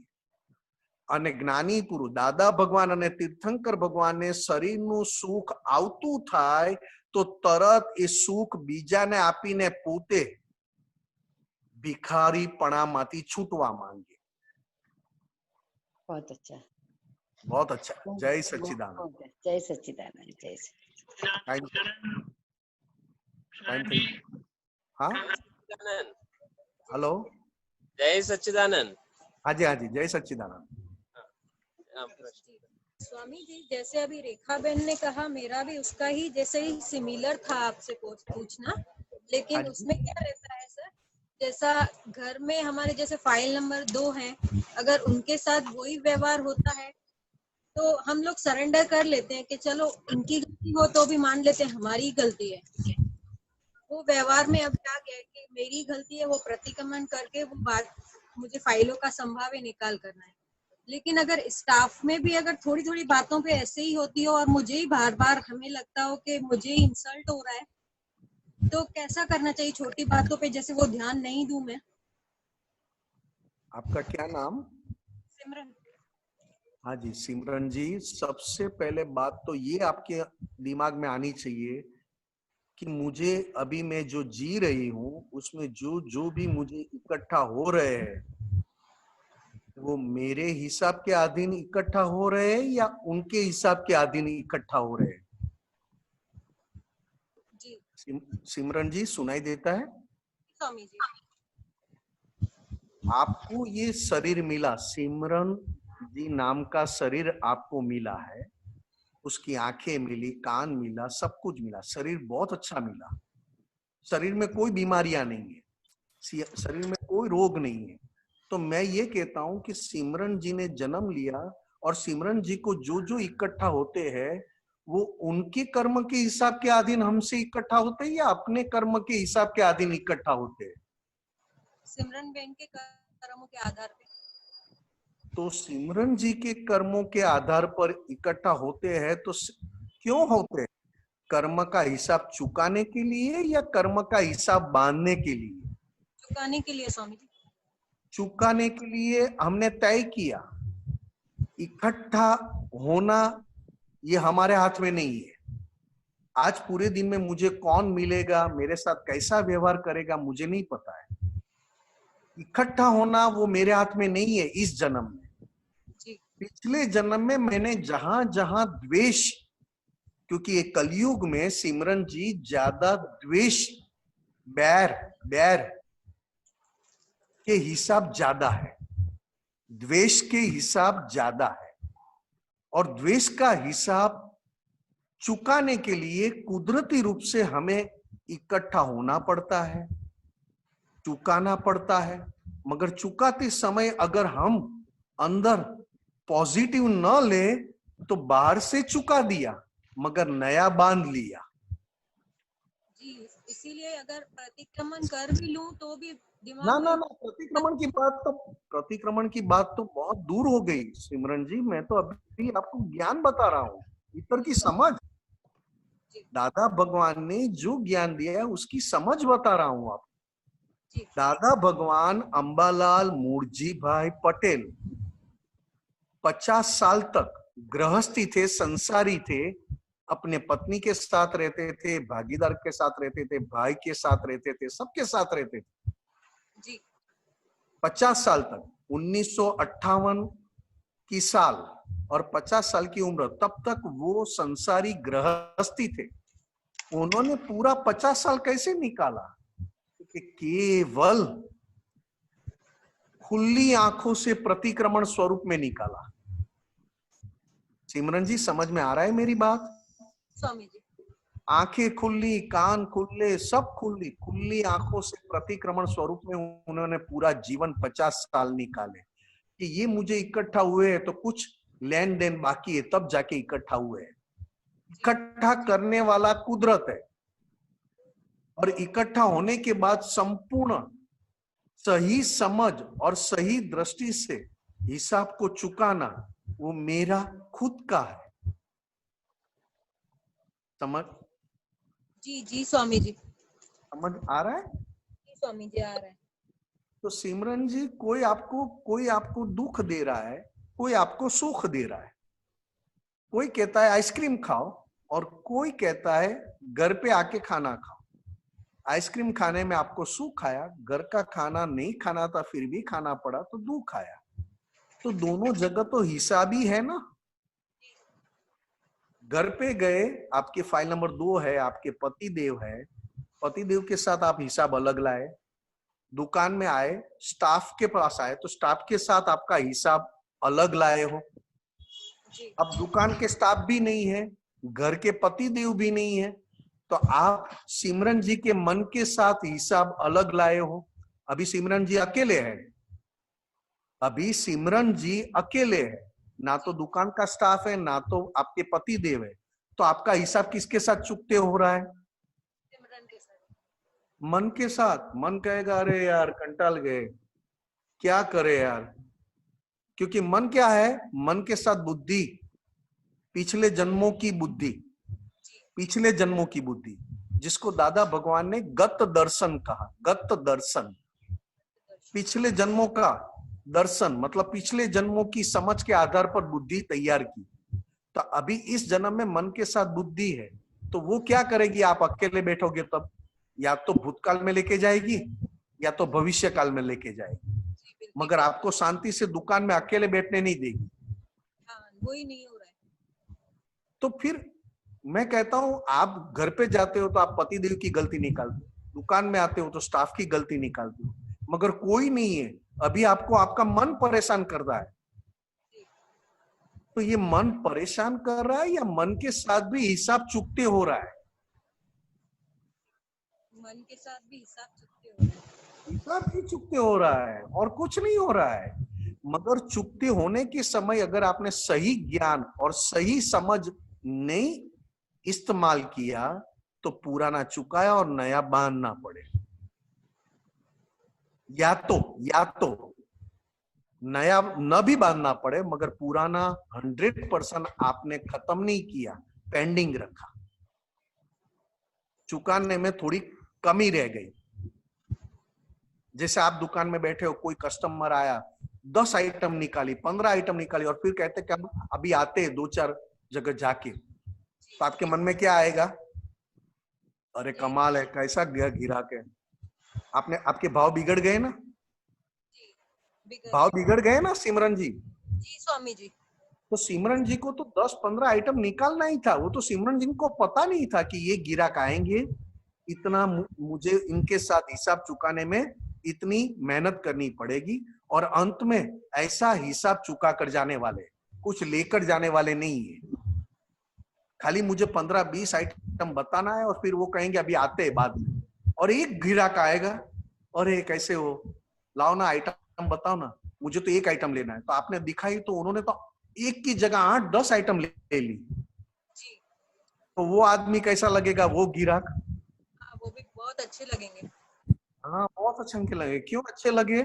तो क्या आपकी कमजोरी को सपोर्ट दिया, इसके लिए वो अच्छे लगे। और पहले वाला ग्राहक कैसा था कि आपकी कमजोरी को सपोर्ट नहीं दिया। इतना मैंने मेहनत की, इतना 15 आइटम निकाला, इसको दिखाया, फिर भी ये आदमी है कि कौन है, इसको लेना है या नहीं लेना है, आपने भाव बिगाड़ दिए। तो तुरंत सिमरन जी को कहना कि आपने जो किया वो पिछले जन्म का हिसाब था, मगर अभी वापस आपने भाव बिगाड़ा तो प्रतिक्रमण कर लो। क्योंकि आपने 15 आइटम निकाल के दिखाई और उसने एक भी ना ली, वो भी हिसाब चुकते हुआ। आपने 5 आइटम निकाल के दिखाई और उन्होंने 5 आइटम ले ली, तो वो भी हिसाब था। मगर ये गिराक अच्छा लगता है, वो गिराक खराब लगता है, तो प्रतिक्रमण कर लो। दोनों गिराक है और दोनों गिराक मेरे कर्मों के हिसाब के अधीन मेरे साथ व्यवहार करते हैं। जी बिल्कुल स्वामी। होता है कि नहीं? होता है। इसके लिए सिमरन जी, सबसे बड़ी बात, जब हमारा मन नेगेटिव हो जाए और आप दादा भगवान को याद करके साक्षी में प्रतिक्रमण कर लो, तो आपको कोई डिस्टर्ब नहीं करेगा। ना तो इस जगत में बाहर से कोई डिस्टर्ब नहीं कर रहा है। बाहर से तो आपका जो हिसाब बाकी है वो चुकाने के लिए आए हैं। मगर डिस्टर्ब कौन करते? तो कि भीतर वाले मन करता है। और मन जैसी नेगेटिव हो जाए और आपने प्रतिक्रमण कर लिया तो आप वापस फ्रेश हो जाओगे। मैंने कल वही प्रतिक्रमण किया स्वामी जी, लेकिन फिर भी वही सब बातें अभी तक ध्यान में आ रही है, वो निकल नहीं रही। हाँ तो सिमरन जी, दादा भगवान ने कहा कि एक ही चीज, एक ही गलती आपने 5000 बार की है और आपने प्रतिक्रमण किया केवल 500 बार, तो निकल जाएगी। जी स्वामी जी समझ गई। तो प्रतिक्रमण बाकी है। 5000 में से 500 बार कम हुआ, 5000 में से 500 बार कम हुआ, मगर 4500 तो खड़ी रहा ना। स्वामी जी हाँ, और दादा भगवान कहते कि एक प्याज है, प्याज, ये प्याज का ऊपर का एक लेयर निकाला तो प्याज छोटा हुआ, दूसरा निकाला छोटा हुआ, तीसरा निकाला छोटा हुआ, चौथा निकाला छोटा हुआ, अंत में कितना रह गया? इतना रह गया। उसी तरह दादा भगवान कहते हैं कि जितनी बार प्रतिक्रमण करते हो गलतियों का लेयर कम होता है, गलतियों का लेयर कम होता है, और लास्ट में कैसे कितना रह जाए? तो कि इतना हल्का सा प्रतिक्रमण करो और उड़ जाओ। जी स्वामी। ठीक है ना? जी स्वामी जी, लेकिन फिर से थोड़ा बुद्धि बहन के यहाँ पे दिमाग में चलाते हैं ना, फिर से वो थोड़ा कि मैं ही क्यों हमेशा दूसरों के सामने अपने आप को छोटा करूं, ये बातें आ जाती है। वो तो सिमरन जी क्या है, आपका अहंकार शरीर के पक्ष वाला है और आपका अहंकार भीतर की कमजोरी के पक्ष वाला है। इसके लिए आपको सिमरन बनाकर आपको भुगतने का बता रहा है। जैसे मैंने आपका इंसल्ट किया कि सिमरन जी ऐसे है, सिमरन जी में अक्कल नहीं है, तो आपका जो अहंकार लेकर आए हो ना, वो अहंकार एक तो शरीर के पक्ष वाला है और वही अहंकार वापस भीतर लेकर आए कमजोरी के पक्ष वाला है। क्रोध, मान, माया, लोभ, क्रोध, मान, माया, लोभ। और जैसे ही मैंने सिमरन जी का अपमान किया ना, तो आपका अहंकार जो मान के पक्ष वाला है, वो तुरंत आपको सिमरन बना दे। जी। और सिमरन बनाने के बाद आपको ऐसा ही लगे कि मेरे साथ ही हो रहा है, मेरे साथ ही हो रहा है, मेरे साथ ही हो रहा है। जी। मतलब हमें केवल यही देखना है कि ये तो सिमरन जी के साथ हो रहा है या मेरे साथ हो रहा है। जी। समझ गए स्वामी जी? फिर अपनी कमजोरियों पे कंट्रोल करने के लिए क्या करना चाहिए? दादा भगवान के असीम जय जयकार। ये जो मैंने ज्ञान की समझ बताई ना, उसमें कमजोरियां अपने आप निकल जाए कि ये तो मेरे कर्मों के हिसाब के आदि इकट्ठे हुए और मुझे तो कर्म चुकाना है, हिसाब चुकाना है, तो फिर अपनी कमजोरियां भी कम होती जाए। ठीक है स्वामी जी? जय सच्चिदानंद। जय सच्चिदानंद। બીજી વખત લેજો, અમારે અહીંયા બધા પ્રશ્ન છે। ઓકે ઓકે ઓકે बाद में Yes. ઓકે જય સચ્ચિદાનંદ। जय सच्चिदानंद। દર્શ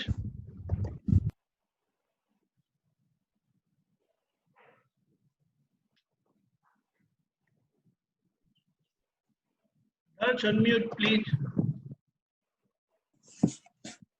જય સચ્ચિદાનંદ નિમેશ આનંદજી। જય સચ્ચિદાનંદ। પ્રશ્નોનું સમાધાન થાય છે અને સોલ્યુશન બહુ ઈઝી લાગે છે જ્યારે આપતો પુત્રો શ્રી જોડે વાત કરીએ, અને એ ટાઈમ પર એવું લાગે કે ગાડી પાટા ઉપર છે, પણ જ્યારે ક્રુશિયલ સંજોગ આવે ને અને આ જ્યારે જ્ઞાન અપ્લાય કરવાનું હોય ત્યારે લપસી જવાય છે। એવું થાય છે કે આ સોલ્યુશન આટલું ઈઝી હતું, ખબર હતી આવું કરવાનું છે, પણ પછી છેલ્લે એવું થાય કે ચાલ પ્રતિક્રમણ કરીને ધોઈ કાઢીશું।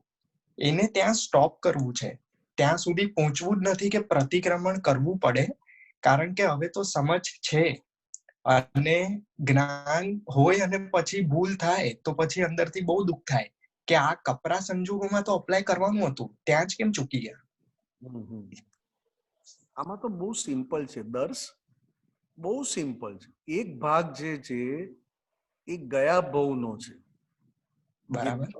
જે દર્શ દેખાય છે એ ગયા ભવનો લોસ કરેલો માલ છે, લોસ। બરાબર। પ્રોફિટ કેટલો છે? તો કે ખાલી દાદા ભગવાનને મળ્યો ને દાદા ભગવાનના જ્ઞાનને પામ્યો એટલો જ ભાગ પ્રોફિટ વાળો છે। બરાબર છે। એક ભાગ દર્શ વાળો ગયા ભવનો લોસ વાળો છે, અને આ ભવમાં દાદા ભગવાન મળ્યા તે જ્ઞાન અતિ પ્યોર વાળો છે, નો પ્રોફિટ નો લોસ, પણ 100% પરમેનન્ટ પ્રોફિટ વાળો ભાગ એટલે કે પ્યોર. બરાબર. બરોબર છે. હવે દર્શ સિમ્પલ વાત શું છે, ગાડી લઈને નીકળો છું ને ગાડી બંધ પડી અને ગાડીમાં મને ડિફેક્ટ પકડાઈ ગઈ, તો સારું કે ખરાબ? સારું કહેવાય. સારું કહેવાય. ડિફેક્ટ ના પકડાય અને મથ્યા કરવું પડે, શું હશે શું હશે, ત્યાં સુધી ગાડી રિપેર થાય? ના થાય. ના થાય. એવી જ રીતે દર્શ નામની ગાડી કુદરતની છે. એ કુદરતની ગાડીમાં જ્યાં જ્યાં બ્રેકડાઉન આવે, અને એ બ્રેકડાઉન શાના લીધે આવ્યું, એ ડિફેક્ટ પકડાઈ ગઈ, એટલે દર્શ એ બ્રેકડાઉન માંથી છૂટી. બરાબર. જ્ઞાન શું કે છે? દર્શ આ જ્ઞાન આપણું શું કે છે? દર્શ ગયા ભવની લોસ કરેલી ગાડી છે. બરાબર.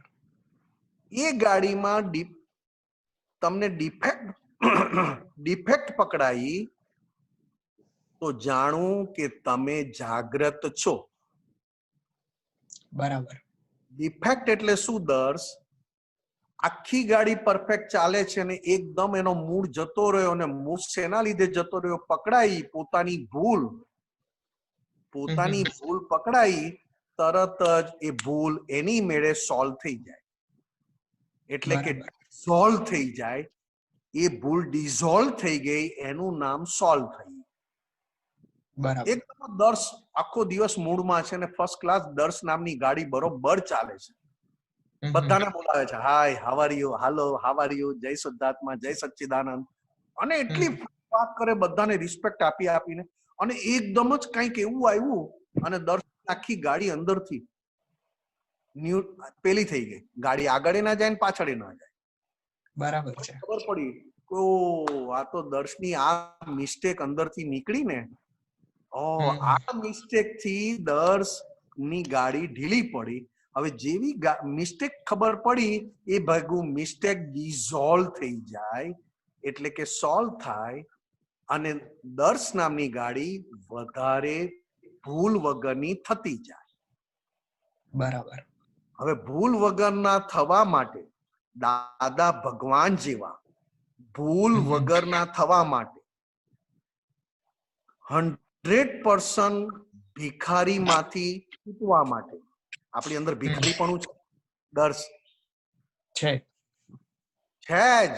કારણ કે શરીર સારું હોય ત્યારે આપણને ભિખારીપણું બહારનું ઊભું થાય, અને જ્યારે શરીર અટકે ત્યારે આપણને થાય કે મારે કઈ જોઈતું નથી, મારું આ શરીર સારું કરી આપો હે દાદા ભગવાન.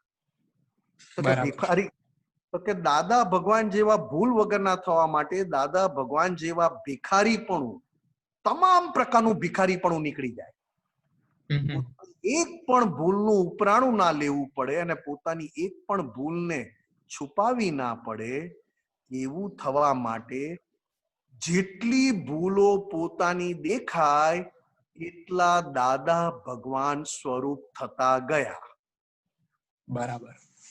એક પણ ભૂલ છુપાવી ના પડે, એક પણ ભૂલ ઉપરાણી એનું પ્રોટેક્શન ના કરવું પડે, અને ભૂલ દેખાય ને ભૂલને સ્વીકાર કરો, ભૂલ દેખાય ને ભૂલને એક્સેપ્ટ કરો, એટલે એ ભૂલ દર્શ નામની ગાડીમાંથી નીકળી ગઈ. બરાબર. એમ કરતા કરતા દર્શ નામની ગાડી બધી ભૂલોમાંથી નીકળી જાય, એટલે દર્શ દાદા ભગવાન જેવો બહારથી અને અંદરથી થઈ ગયો. બરાબર. અંદરથી તો છે જ, બહારથી થવાનું બાકી છે. સાચી વાત છે. જેટલી ભૂલ એટલું ભિખારીપણું હોય.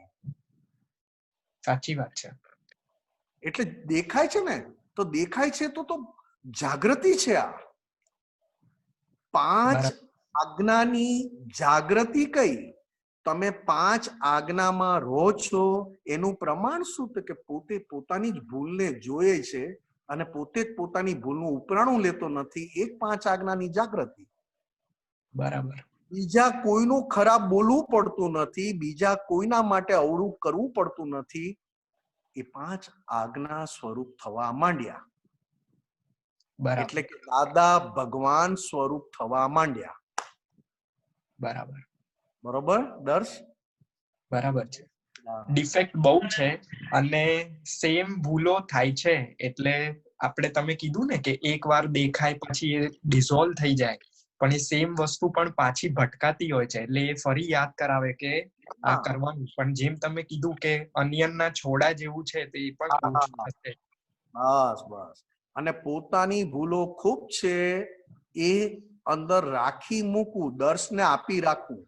હું શુદ્ધાત્મા છું, તું પોતે શુદ્ધાત્મા છે, પણ દર્શને અંદર તારો ના ચડી જાય એટલે દર્શને આપી રાખવું.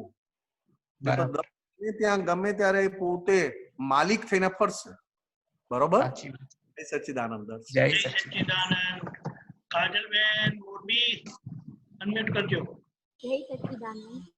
જય સચ્ચિદાનંદ. જય સચ્ચિદાનંદ. હા બોલો બોલો. જય સચ્ચિદાનંદ. હા, મારો પ્રશ્ન છે કે તમે એવું કીધું કે આપણે આજ્ઞામાં રહેતા હોય એમાં પહેલા આપણી પોતાની ભૂલો બધી દેખાય. આપણે આજ્ઞામાં હોય તો મને એવું થાય છે કે મને મારી ભૂલો દેખાય છે અને બીજાની ભૂલો પણ દેખાય છે. હા, મારી ભૂલો દેખાય. આ જાગૃતિના સ્ટેપ છે બેન. 5 આજ્ઞાનો પુરુષાર્થના સ્ટેપ છે. એક સ્ટેપ શું છે? પોતાની ભૂલ ના દેખાય ને બીજાની ભૂલ દેખાય, અને પછી પાછું 1-2 દિવસ પછી ખબર પડે કે આ તો મેં બીજાની ભૂલ જોઈ લીધી, એટલે પ્રતિક્રમણ કરીને ચોખ્ખું કરે. પછી આગળ કઈ આવે 5 આજ્ઞાની જાગૃતિ? તો કે બીજાની ભૂલે દેખાય ને પોતાની ભૂલે દેખાય. હા, બસ એવું જ થાય છે. બીજાની દેખાય અને પોતાની દેખાય. હા બેન, સાંભળી લો પેલા. બીજું શું થાય? ત્રીજું, હજી તો બહુ તમે પેલી, હજી ત્રીજું શું થાય? તો કે એક બાજુ ભૂલ થતી હોય ને પોતાની જ ભૂલોના દર્શન થાય. હા. અને ટોપ ક્વોલિટીની જાગૃતિ કઈ 5 આજ્ઞાની? તો કે થતા પહેલા પોતાને ખબર પડે કે આવી ભૂલો આપણી અંદર હજી રહી છે અને ચોખ્ખી કરવાની બાકી છે. આવા સ્ટેપ છે બેન. ત્યારે આપણે નક્કી કર્યું કે મારી જ ભૂલ જોવી છે, ને તેમ છતાં મારી ભૂલે દેખાય ને બીજાની ભૂલે દેખાય, તો બીજાની ભૂલ ના. કાજલબેન કીધું ને? કાજલબેન પાસે પ્રતિક્રમણ કરાવી લેવાનું કે તે બીજાની ભૂલ જોઈ એટલે પોતાની ભૂલ જોવામાં કાચા છો.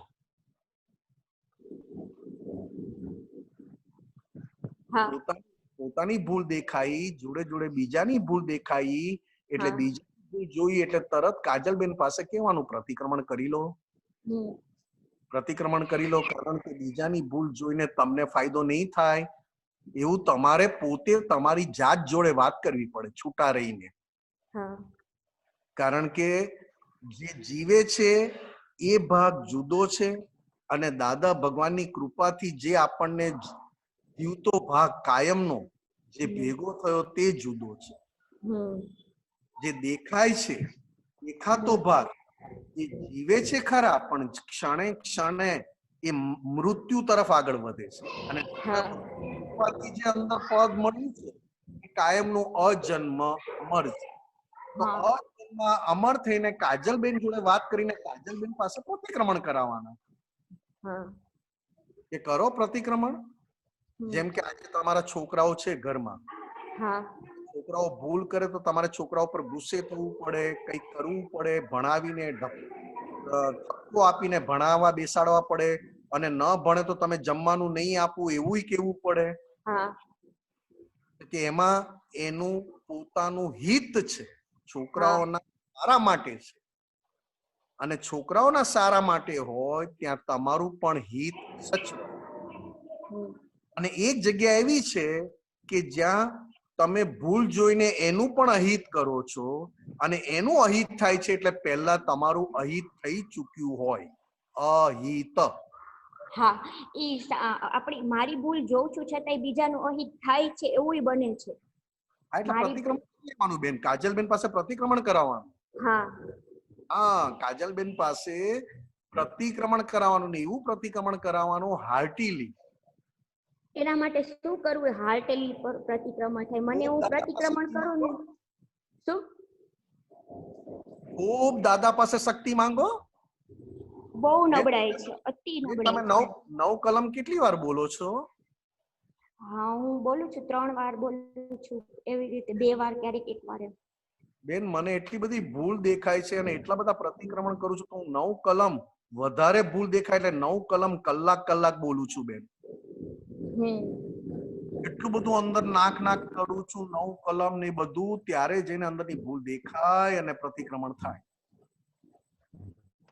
કારણ કે પોતાની દાદા ભગવાન જેવી બનાવી હોય તો દાદા પાસે શક્તિ માંગવાની, ને દાદાએ આપેલી વસ્તુ વારંવાર ઉપયોગ કરો. 9 કલમ, પ્રાપ્ત મન, પ્રાત વિધિ,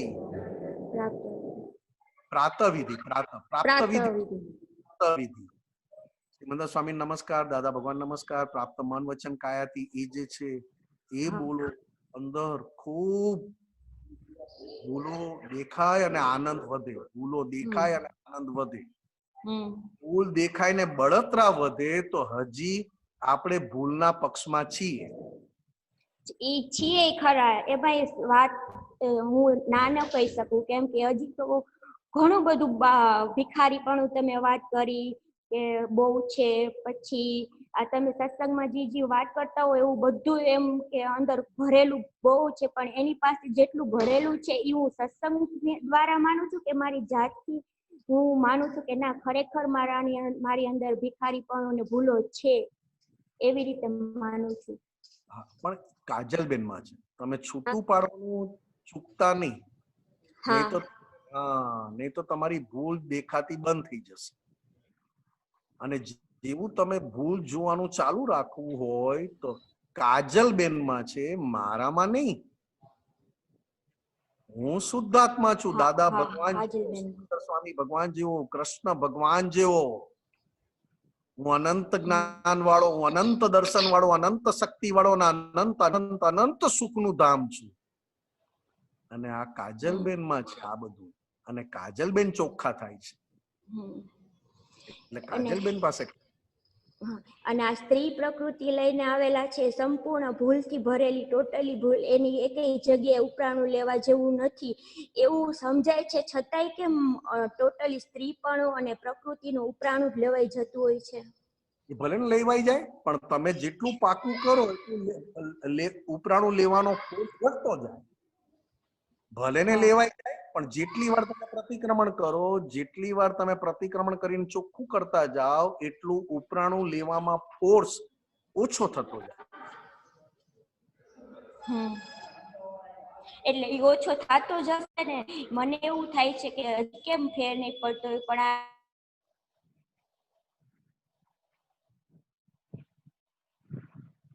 અટકી ગઈ. ચાલો એક મિનિટ લાસ્ટ છે ઉમેશભાઈ. જય સચ્ચિદાનંદ. જય સચ્ચિદાનંદ. નિમેશાનંદ જય સચ્ચિદાનંદ. હા, પ્રશ્ન મારો એ હતો કે દ્વેષ, અભાવ, તિરસ્કાર. હા, ખાસ કરીને એક્ઝામ્પલ થી કહું ને તો કે ભાઈ, આ જેમ દેશમાં અત્યારે જે પ્રશ્નો જે ચાલે છે, મારે તો કશી લેવા દેવા નથી, પણ માથા પર લઈને ફરીએ ને એવી રીતે કે ભાઈ આણે આવું કર્યું, આ કાશ્મીરમાં આવું કર્યું, અને પછી એના પ્રતિભાવ અપાય. તમારો અસિત શું મને કહે છે, પપ્પા તમે આવતા જન્મ પછી તમારે મુસલમાન થવું પડશે કે તમે આટલો બધો અભાવ તિરસ્કાર કરો છો. હા, બરોબર છે. એટલે એવું થાય કે એક બાજુ કલમો આપણે બોલતા જઈએ અને બીજી ને ત્રીજી કલમોનો સરેઆમ ભંગ થતો હોય. એટલે આપણું ઉમેશભાઈ, આપણી કાચું શું પડે છે, બીજાના કર્મોમાં આપણે હાથ ઘાલવા જઈએ છીએ. બરાબર. આજે દરેક જણ પોતપોતાના કર્મના હિસાબ લાવ્યું છે, કમ્પલસરી ચૂકવવાના છે, અને ચૂકવીને પાછા છૂટા પડવાનું છે. તમને ખબર ના હોય તો એક વાત કરી દઉં. સંભળાય છે ને? હા, સાંભળું છું. કોને? બરાબર. 22માં તીર્થંકર નેમિનાથ પ્રભુ એ હાજર હતા ને એક બાજુ કૃષ્ણ ભગવાન મહાભારત પણ ચાલતું હતું. કૃષ્ણ ભગવાન અને નેમિનાથ ભગવાન સગ્ગા કાકાના દીકરા, સગ્ગા કઝિન બ્રધર. બરાબર. એક બાજુ કર્મનો હિસાબ મહાભારત કરાવ્યું અને એક બાજુ નેમિનાથ ભગવાન પાસે કંઈક લોકો પોતાની પૂર્વેની પુણ્યના આધારે ને પુરુષાર્થના આધારે નેમિનાથ ભગવાન પાસે બેસીને કેવળ જ્ઞાન એટલે મોક્ષ તરફ જઈ રહ્યા હતા. હવે આપણે કઈ બાજુ જવું છે નક્કી કરવાનું. એક બાજુ મહાભારત થતું હતું, કર્મના હિસાબ ચૂકવાતા હતા, ઊંચામાં ઊંચા ભારેમાં ભારે વેરના હિસાબ. મહાભારત એટલે અતિ ભારે વેરના હિસાબ ચૂકવતા હતા. બરોબર. અને એક બાજુ નેમિનાથ ભગવાન પાસે બેસીને નેમિનાથ ભગવાન પાસેથી દ્રષ્ટિ પામીને મોક્ષ ભણી આગળ પણ જતા હતા. આ યુદ્ધ જોડે, મહાભારત જોડે એમને લેવા દેવા નહોતી. હા, ખબર હતી, કારણ કે નેમિનાથ ભગવાન અને કૃષ્ણ ભગવાન સગ્ગા કાકાના દીકરા એટલે ભાઈઓ થાય, એટલે ખબર હતી. તેમ છતાં પેલી બાજુ નેમિનાથ ભગવાન મહાભારત એમની આંખો કેવળ જ્ઞાનમાં. નેમિનાથ ભગવાન એટલે તીર્થંકર પરમાત્મા હતા, 22માં તીર્થંકર. અને કેવળ જ્ઞાનમાં બધું ઝળકે. કેવળ જ્ઞાન, જ્ઞાન એટલે પ્રકાશ, શુદ્ધાત્માનો સંપૂર્ણ નિરાવરણ થાય એને કેવળ જ્ઞાન કહેવાય. એમાં ઝળકે. તો કે આ બાજુ મહાભારતનું યુદ્ધ ચાલે છે અને આ બાજુથી લોકો દ્રષ્ટિ પામીને મોક્ષે જાય છે. બંનેના હિસાબ જુદા છે ને બંને પોતાના હિસાબ ચૂકવે છે. આમાં તમને જે અસર થાય છે એટલે કે ઉમેશભાઈ, તમને જે આ સાંભળીને જોઈને અસર થાય છે એટલું ઉમેશભાઈને તમારે ઓળખીને ઉમેશભાઈ પાસે સીધું જોવાનો સમજણ આપવી પડશે. બરાબર. જે ભગવાન મહાવીર સ્વામીએ એમના પ્રખર ગણધર એટલે કે પહેલા ગણધર, સાંભળો છો? હા, સાંભળું છું. પહેલા ગણધર ગૌતમ સ્વામી, ઉમેશભાઈ ગૌતમ સ્વામી. સ્વામીનું નામ બહુ સારી રીતે લેવાય છે.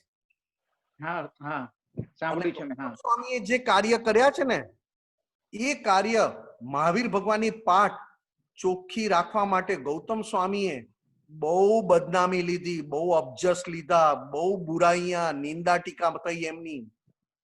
પણ મહાવીર ભગવાનની પાઠ ચોખ્ખી રાખવામાં એ બહુ મોટા નિમિત્ત હતા. શું? કારણ કે કે મહાવીર ભગવાનની પાઠ મહાવીર જેવી ચોખ્ખી રહેવી જોઈએ. એમાં એમને બહુ બદનામી મળી, લોકોએ બહુ એમની ખરાબ બોલ્યા, લોકો એમની બહુ ઉઘાડા પાડ્યા. પણ ગૌતમ સ્વામી એ કાર્ય બંધ ના કર્યું કે નહીં, મારે વ્યક્તિ નહીં, મને આવી દૂષણ એટલે કે ખરાબી જો આ મહાવીર ભગવાનની પાઠ પર જતી રહેશે તો આખી પાઠ લજવાશે. સમજાય? તેમ છતાં આ બધી વાત થયા પછી પણ મહાવીર ભગવાને ગૌતમ સ્વામીને શું કીધું ખબર છે? તું આ બધું કામ કર, તું આ બધું કર. ભગવાન મહાવીરની જગત કલ્યાણની એટલે કે એ પાઠ ઉપરથી લોકોનું કલ્યાણ અને લોકો મોક્ષ તરફ આગળ વધે એવી ચોખ્ખી રાખવામાં ભલે તું નિમિત્ત બને. પણ ભગવાન મહાવીર સ્વામીએ ગૌતમ સ્વામીને શું કીધું? તું સીધું જોતા શીખી જા. સીધું જોજે. સીધું જોતા શીખી જા. હા, એનો અર્થ શું? એનો અર્થ આટલો જ, ટાઈમ ઓછો છે ઉમેશભાઈ, આટલો જ અર્થ કે ગૌતમ સ્વામીને જે કાર્ય મળ્યું છે એ ભલે ગૌતમ સ્વામી કાર્ય કર્યા કરે. ગૌતમ સ્વામીને જે ફરજના ભાગમાં કાર્ય મળ્યું છે ભગવાન મહાવીર સ્વામીની પાઠ ચોખ્ખી, એ ગૌતમ સ્વામીનો શરીર, વાણી, મન ભલે કર્યા કરે, પણ અંદર તને જે મેં દ્રષ્ટિ આપી છે અને તને જે મેં શુદ્ધાત્મા બનાવ્યો છે એ શુદ્ધાત્માના દર્શન સામેવાળામાં પણ જોવાનું ચૂકતો નહીં. ગૌતમ સ્વામી વાળો ભાગ બહારથી જે કાર્ય લઈને આવ્યો છે એ ભલે કરે, બરાબર, પણ તને જે મેં શુદ્ધાત્મા બનાવ્યો છે એ શુદ્ધાત્માના દર્શન બીજામાં જોવાનું ચૂકતો નહીં. બરાબર. ભલે એની જોડે ઝઘડો થાય, ભલે એની જોડે કકડાટ થાય, ભલે એની જોડે વિરોધ થાય, પણ એનામાં શુદ્ધાત્માના દર્શન કરવાનું ચૂકતો નહીં. હે ગૌતમ, સીધું જોજે. ભલે બહારનો ભાગ ફરજ બજાવે, બરાબર, ભલે બહારનો ભાગ જે કડકાઈ અને જે ચોખ્ખાઈ જોઈએ એ ભલે કે, એટલે કે ગૌતમ સ્વામી. શરીરનું નામ શું હતું? ગૌતમ સ્વામી. ગૌતમ સ્વામી. અને ઉત્તમ ઉત્તમ ઉત્તમ નિમિત્ત હતા આ વિતરાગની પાઠ પરના. એમની પર મૂર્તિઓ મુકાય છે. ગણધર ભગવંત કહેવાય. ગણધર ભગવંત કહેવાય. આજે બહુ સારી રીતે ને બહુ પૂજ્યતાથી નામ લેવાય છે. ત્યારે ગૌતમ સ્વામીને મહાવીર ભગવાને કીધું, સીધું જોજે, બધા કાર્ય કરજે. સીધું જોજે. વિરોધ કરવાનો હોય ત્યાં વિરોધ કરજે, જ્યાં ઉભા રહેવાનું હોય ત્યાં ઉભો રહી જજે. ખોટી જગ્યાએ ખોટી વાતને સમર્થન ના આપ્યો તો, ખોટી વાતને સપોર્ટ ના કરતો, જેનાથી વિતરાગની પાઠ લજવાય એવું કોઈ તારું કરવું, કરાવવું કે અનુમોદવું ના જોવું જોઈએ. પણ આ બધું કીધા પછી પણ પાછું એક કીધું કે સીધું જોવાનું ચૂકતો નહીં. બરાબર. એમ તમને જે ઊભું થાય પાકિસ્તાનનું સાંભળીને, ચીનનું સાંભળીને, આ સાંભળીને, અરે સાહેબ આ તો બધું કુદરતી થવાનું જ હતું ને. દાદા ભગવાન કહીને ગયેલા. બરાબર છે. દાદા ભગવાન તો ત્યાં સુધી કીધું કે ભગવાન મહાવીર સ્વામી ગયા પછી કુદરતે જે સાફ સફાઈ કરી નથી એ સાફ સફાઈ થવાનો ટાઈમ પાક્યો છે. બરાબર. વસ્તી અડધી થઈ જશે. ઘઉં ને કાંકરા છૂટા પડી જશે. અને પછી તમે ના માનેલું, તમે નહીં કલ્પેલું હોય એવા કુદરતી પ્રકોપ, મનુષ્યકૃત પ્રકોપ અને ભગવાનના પ્રકોપ, બધા પ્રકોપ થવાના છે. મનુષ્ય થવાના, વોર થવાનું, યુદ્ધ થવાનું, કુદરતી થવાના. ભૂકંપ આવશે, વાવાઝોડું આવશે, આ આવશે. અને ભગવાનના કાયદા કે ભગવાનને જેણે છેતર્યા છે એવા લોકો પણ જશે. બરાબર. અને વસ્તી અડધી થશે ને એના પછી સુવર્ણ કાળ આવશે. કયો કાળ? સુવર્ણ કાળ, ગોલ્ડન ટાઈમ. બરાબર. હવે આ બધું ન થાય, હાનિ વૃદ્ધિ, અને તમને થાય કે ઇન્ડિયા મારો દેશ અને આ લોકો શું કરવા બેઠા છે, તો કે સાહેબ શુદ્ધાત્મા સિવાય બધું પારકું. બરાબર, સાચી વાત છે. રોલ મળ્યો હોય અને રોલ બજવો તો વાત જુદી છે. આ તો ઘરમાં બેઠા બેઠા ગાળો આપવી હોય એ તો બધાને આવડે. બરાબર, તમે કહો છો એ સારું કે જેના માટે તમે તિરસ્કાર કરશો, જેના માટે તમને અંદરથી વેર ઊભું થશે, તો એ તમારા માટે જોખમ છે. બરાબર. કારણ કે એક ભાવ જોડે ફરવું પડે. જેની જોડે વેર માંગો ને એની જોડે એક ભાવ તમારે કાઢવો પડે. હા, એટલે એક બાજુની પેલી સમજ હતી, એક બાજુની આ સમજ, એટલે આવું બધું કન્ફ્યુઝન હતું. તમારે તો શુદ્ધાત્મા થઈને ઉમેશભાઈને શીખવાડવાનું છે. આ તો ઉમેશભાઈ તમને જ્ઞાન આપી જાય છે. તમે શુદ્ધાત્મા થયા, દાદા ભગવાન જેવા થયા, સિમંદર સ્વામી ભગવાન જેવો તમને પદ મળ્યું, ત્યારે તમારે ઉમેશભાઈને સીધા રસ્તે લાવવાના છે, સીધું જ્ઞાન બતાવવાનું છે. એની જગ્યાએ ઉમેશભાઈ તમને જ્ઞાન આપી જાય છે. બરાબર, એવું થાય છે. જય સચ્ચિદાનંદ. જય સચ્ચિદાનંદ. જય સચ્ચિદાનંદ. સમય થઈ ગયો છે. ઉમેશભાઈ તમે ત્રિમંત્ર ફોલો કરજો. નિમેશ આનંદજી ત્રિમંત્ર બોલાવો. હા, જય સચ્ચિદાનંદ.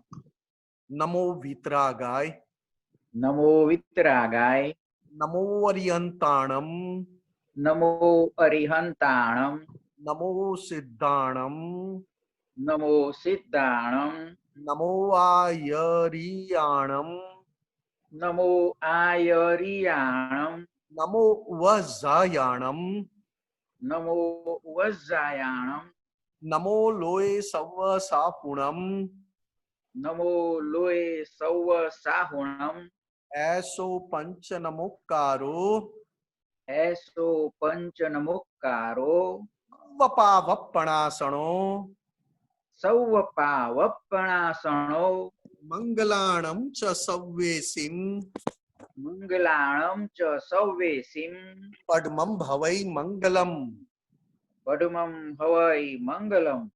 ઓમ નમો ભગવતે વાસુદેવાય. ઓમ નમો ભગવતે વાસુદેવાય. ઓમ નમઃ શિવાય.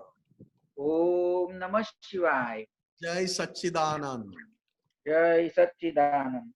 ઉમેશભાઈ એક મિનિટ માટે વાત કરી લો. દીપક આનંદજી, સમય પૂરો થઈ ગયો છે.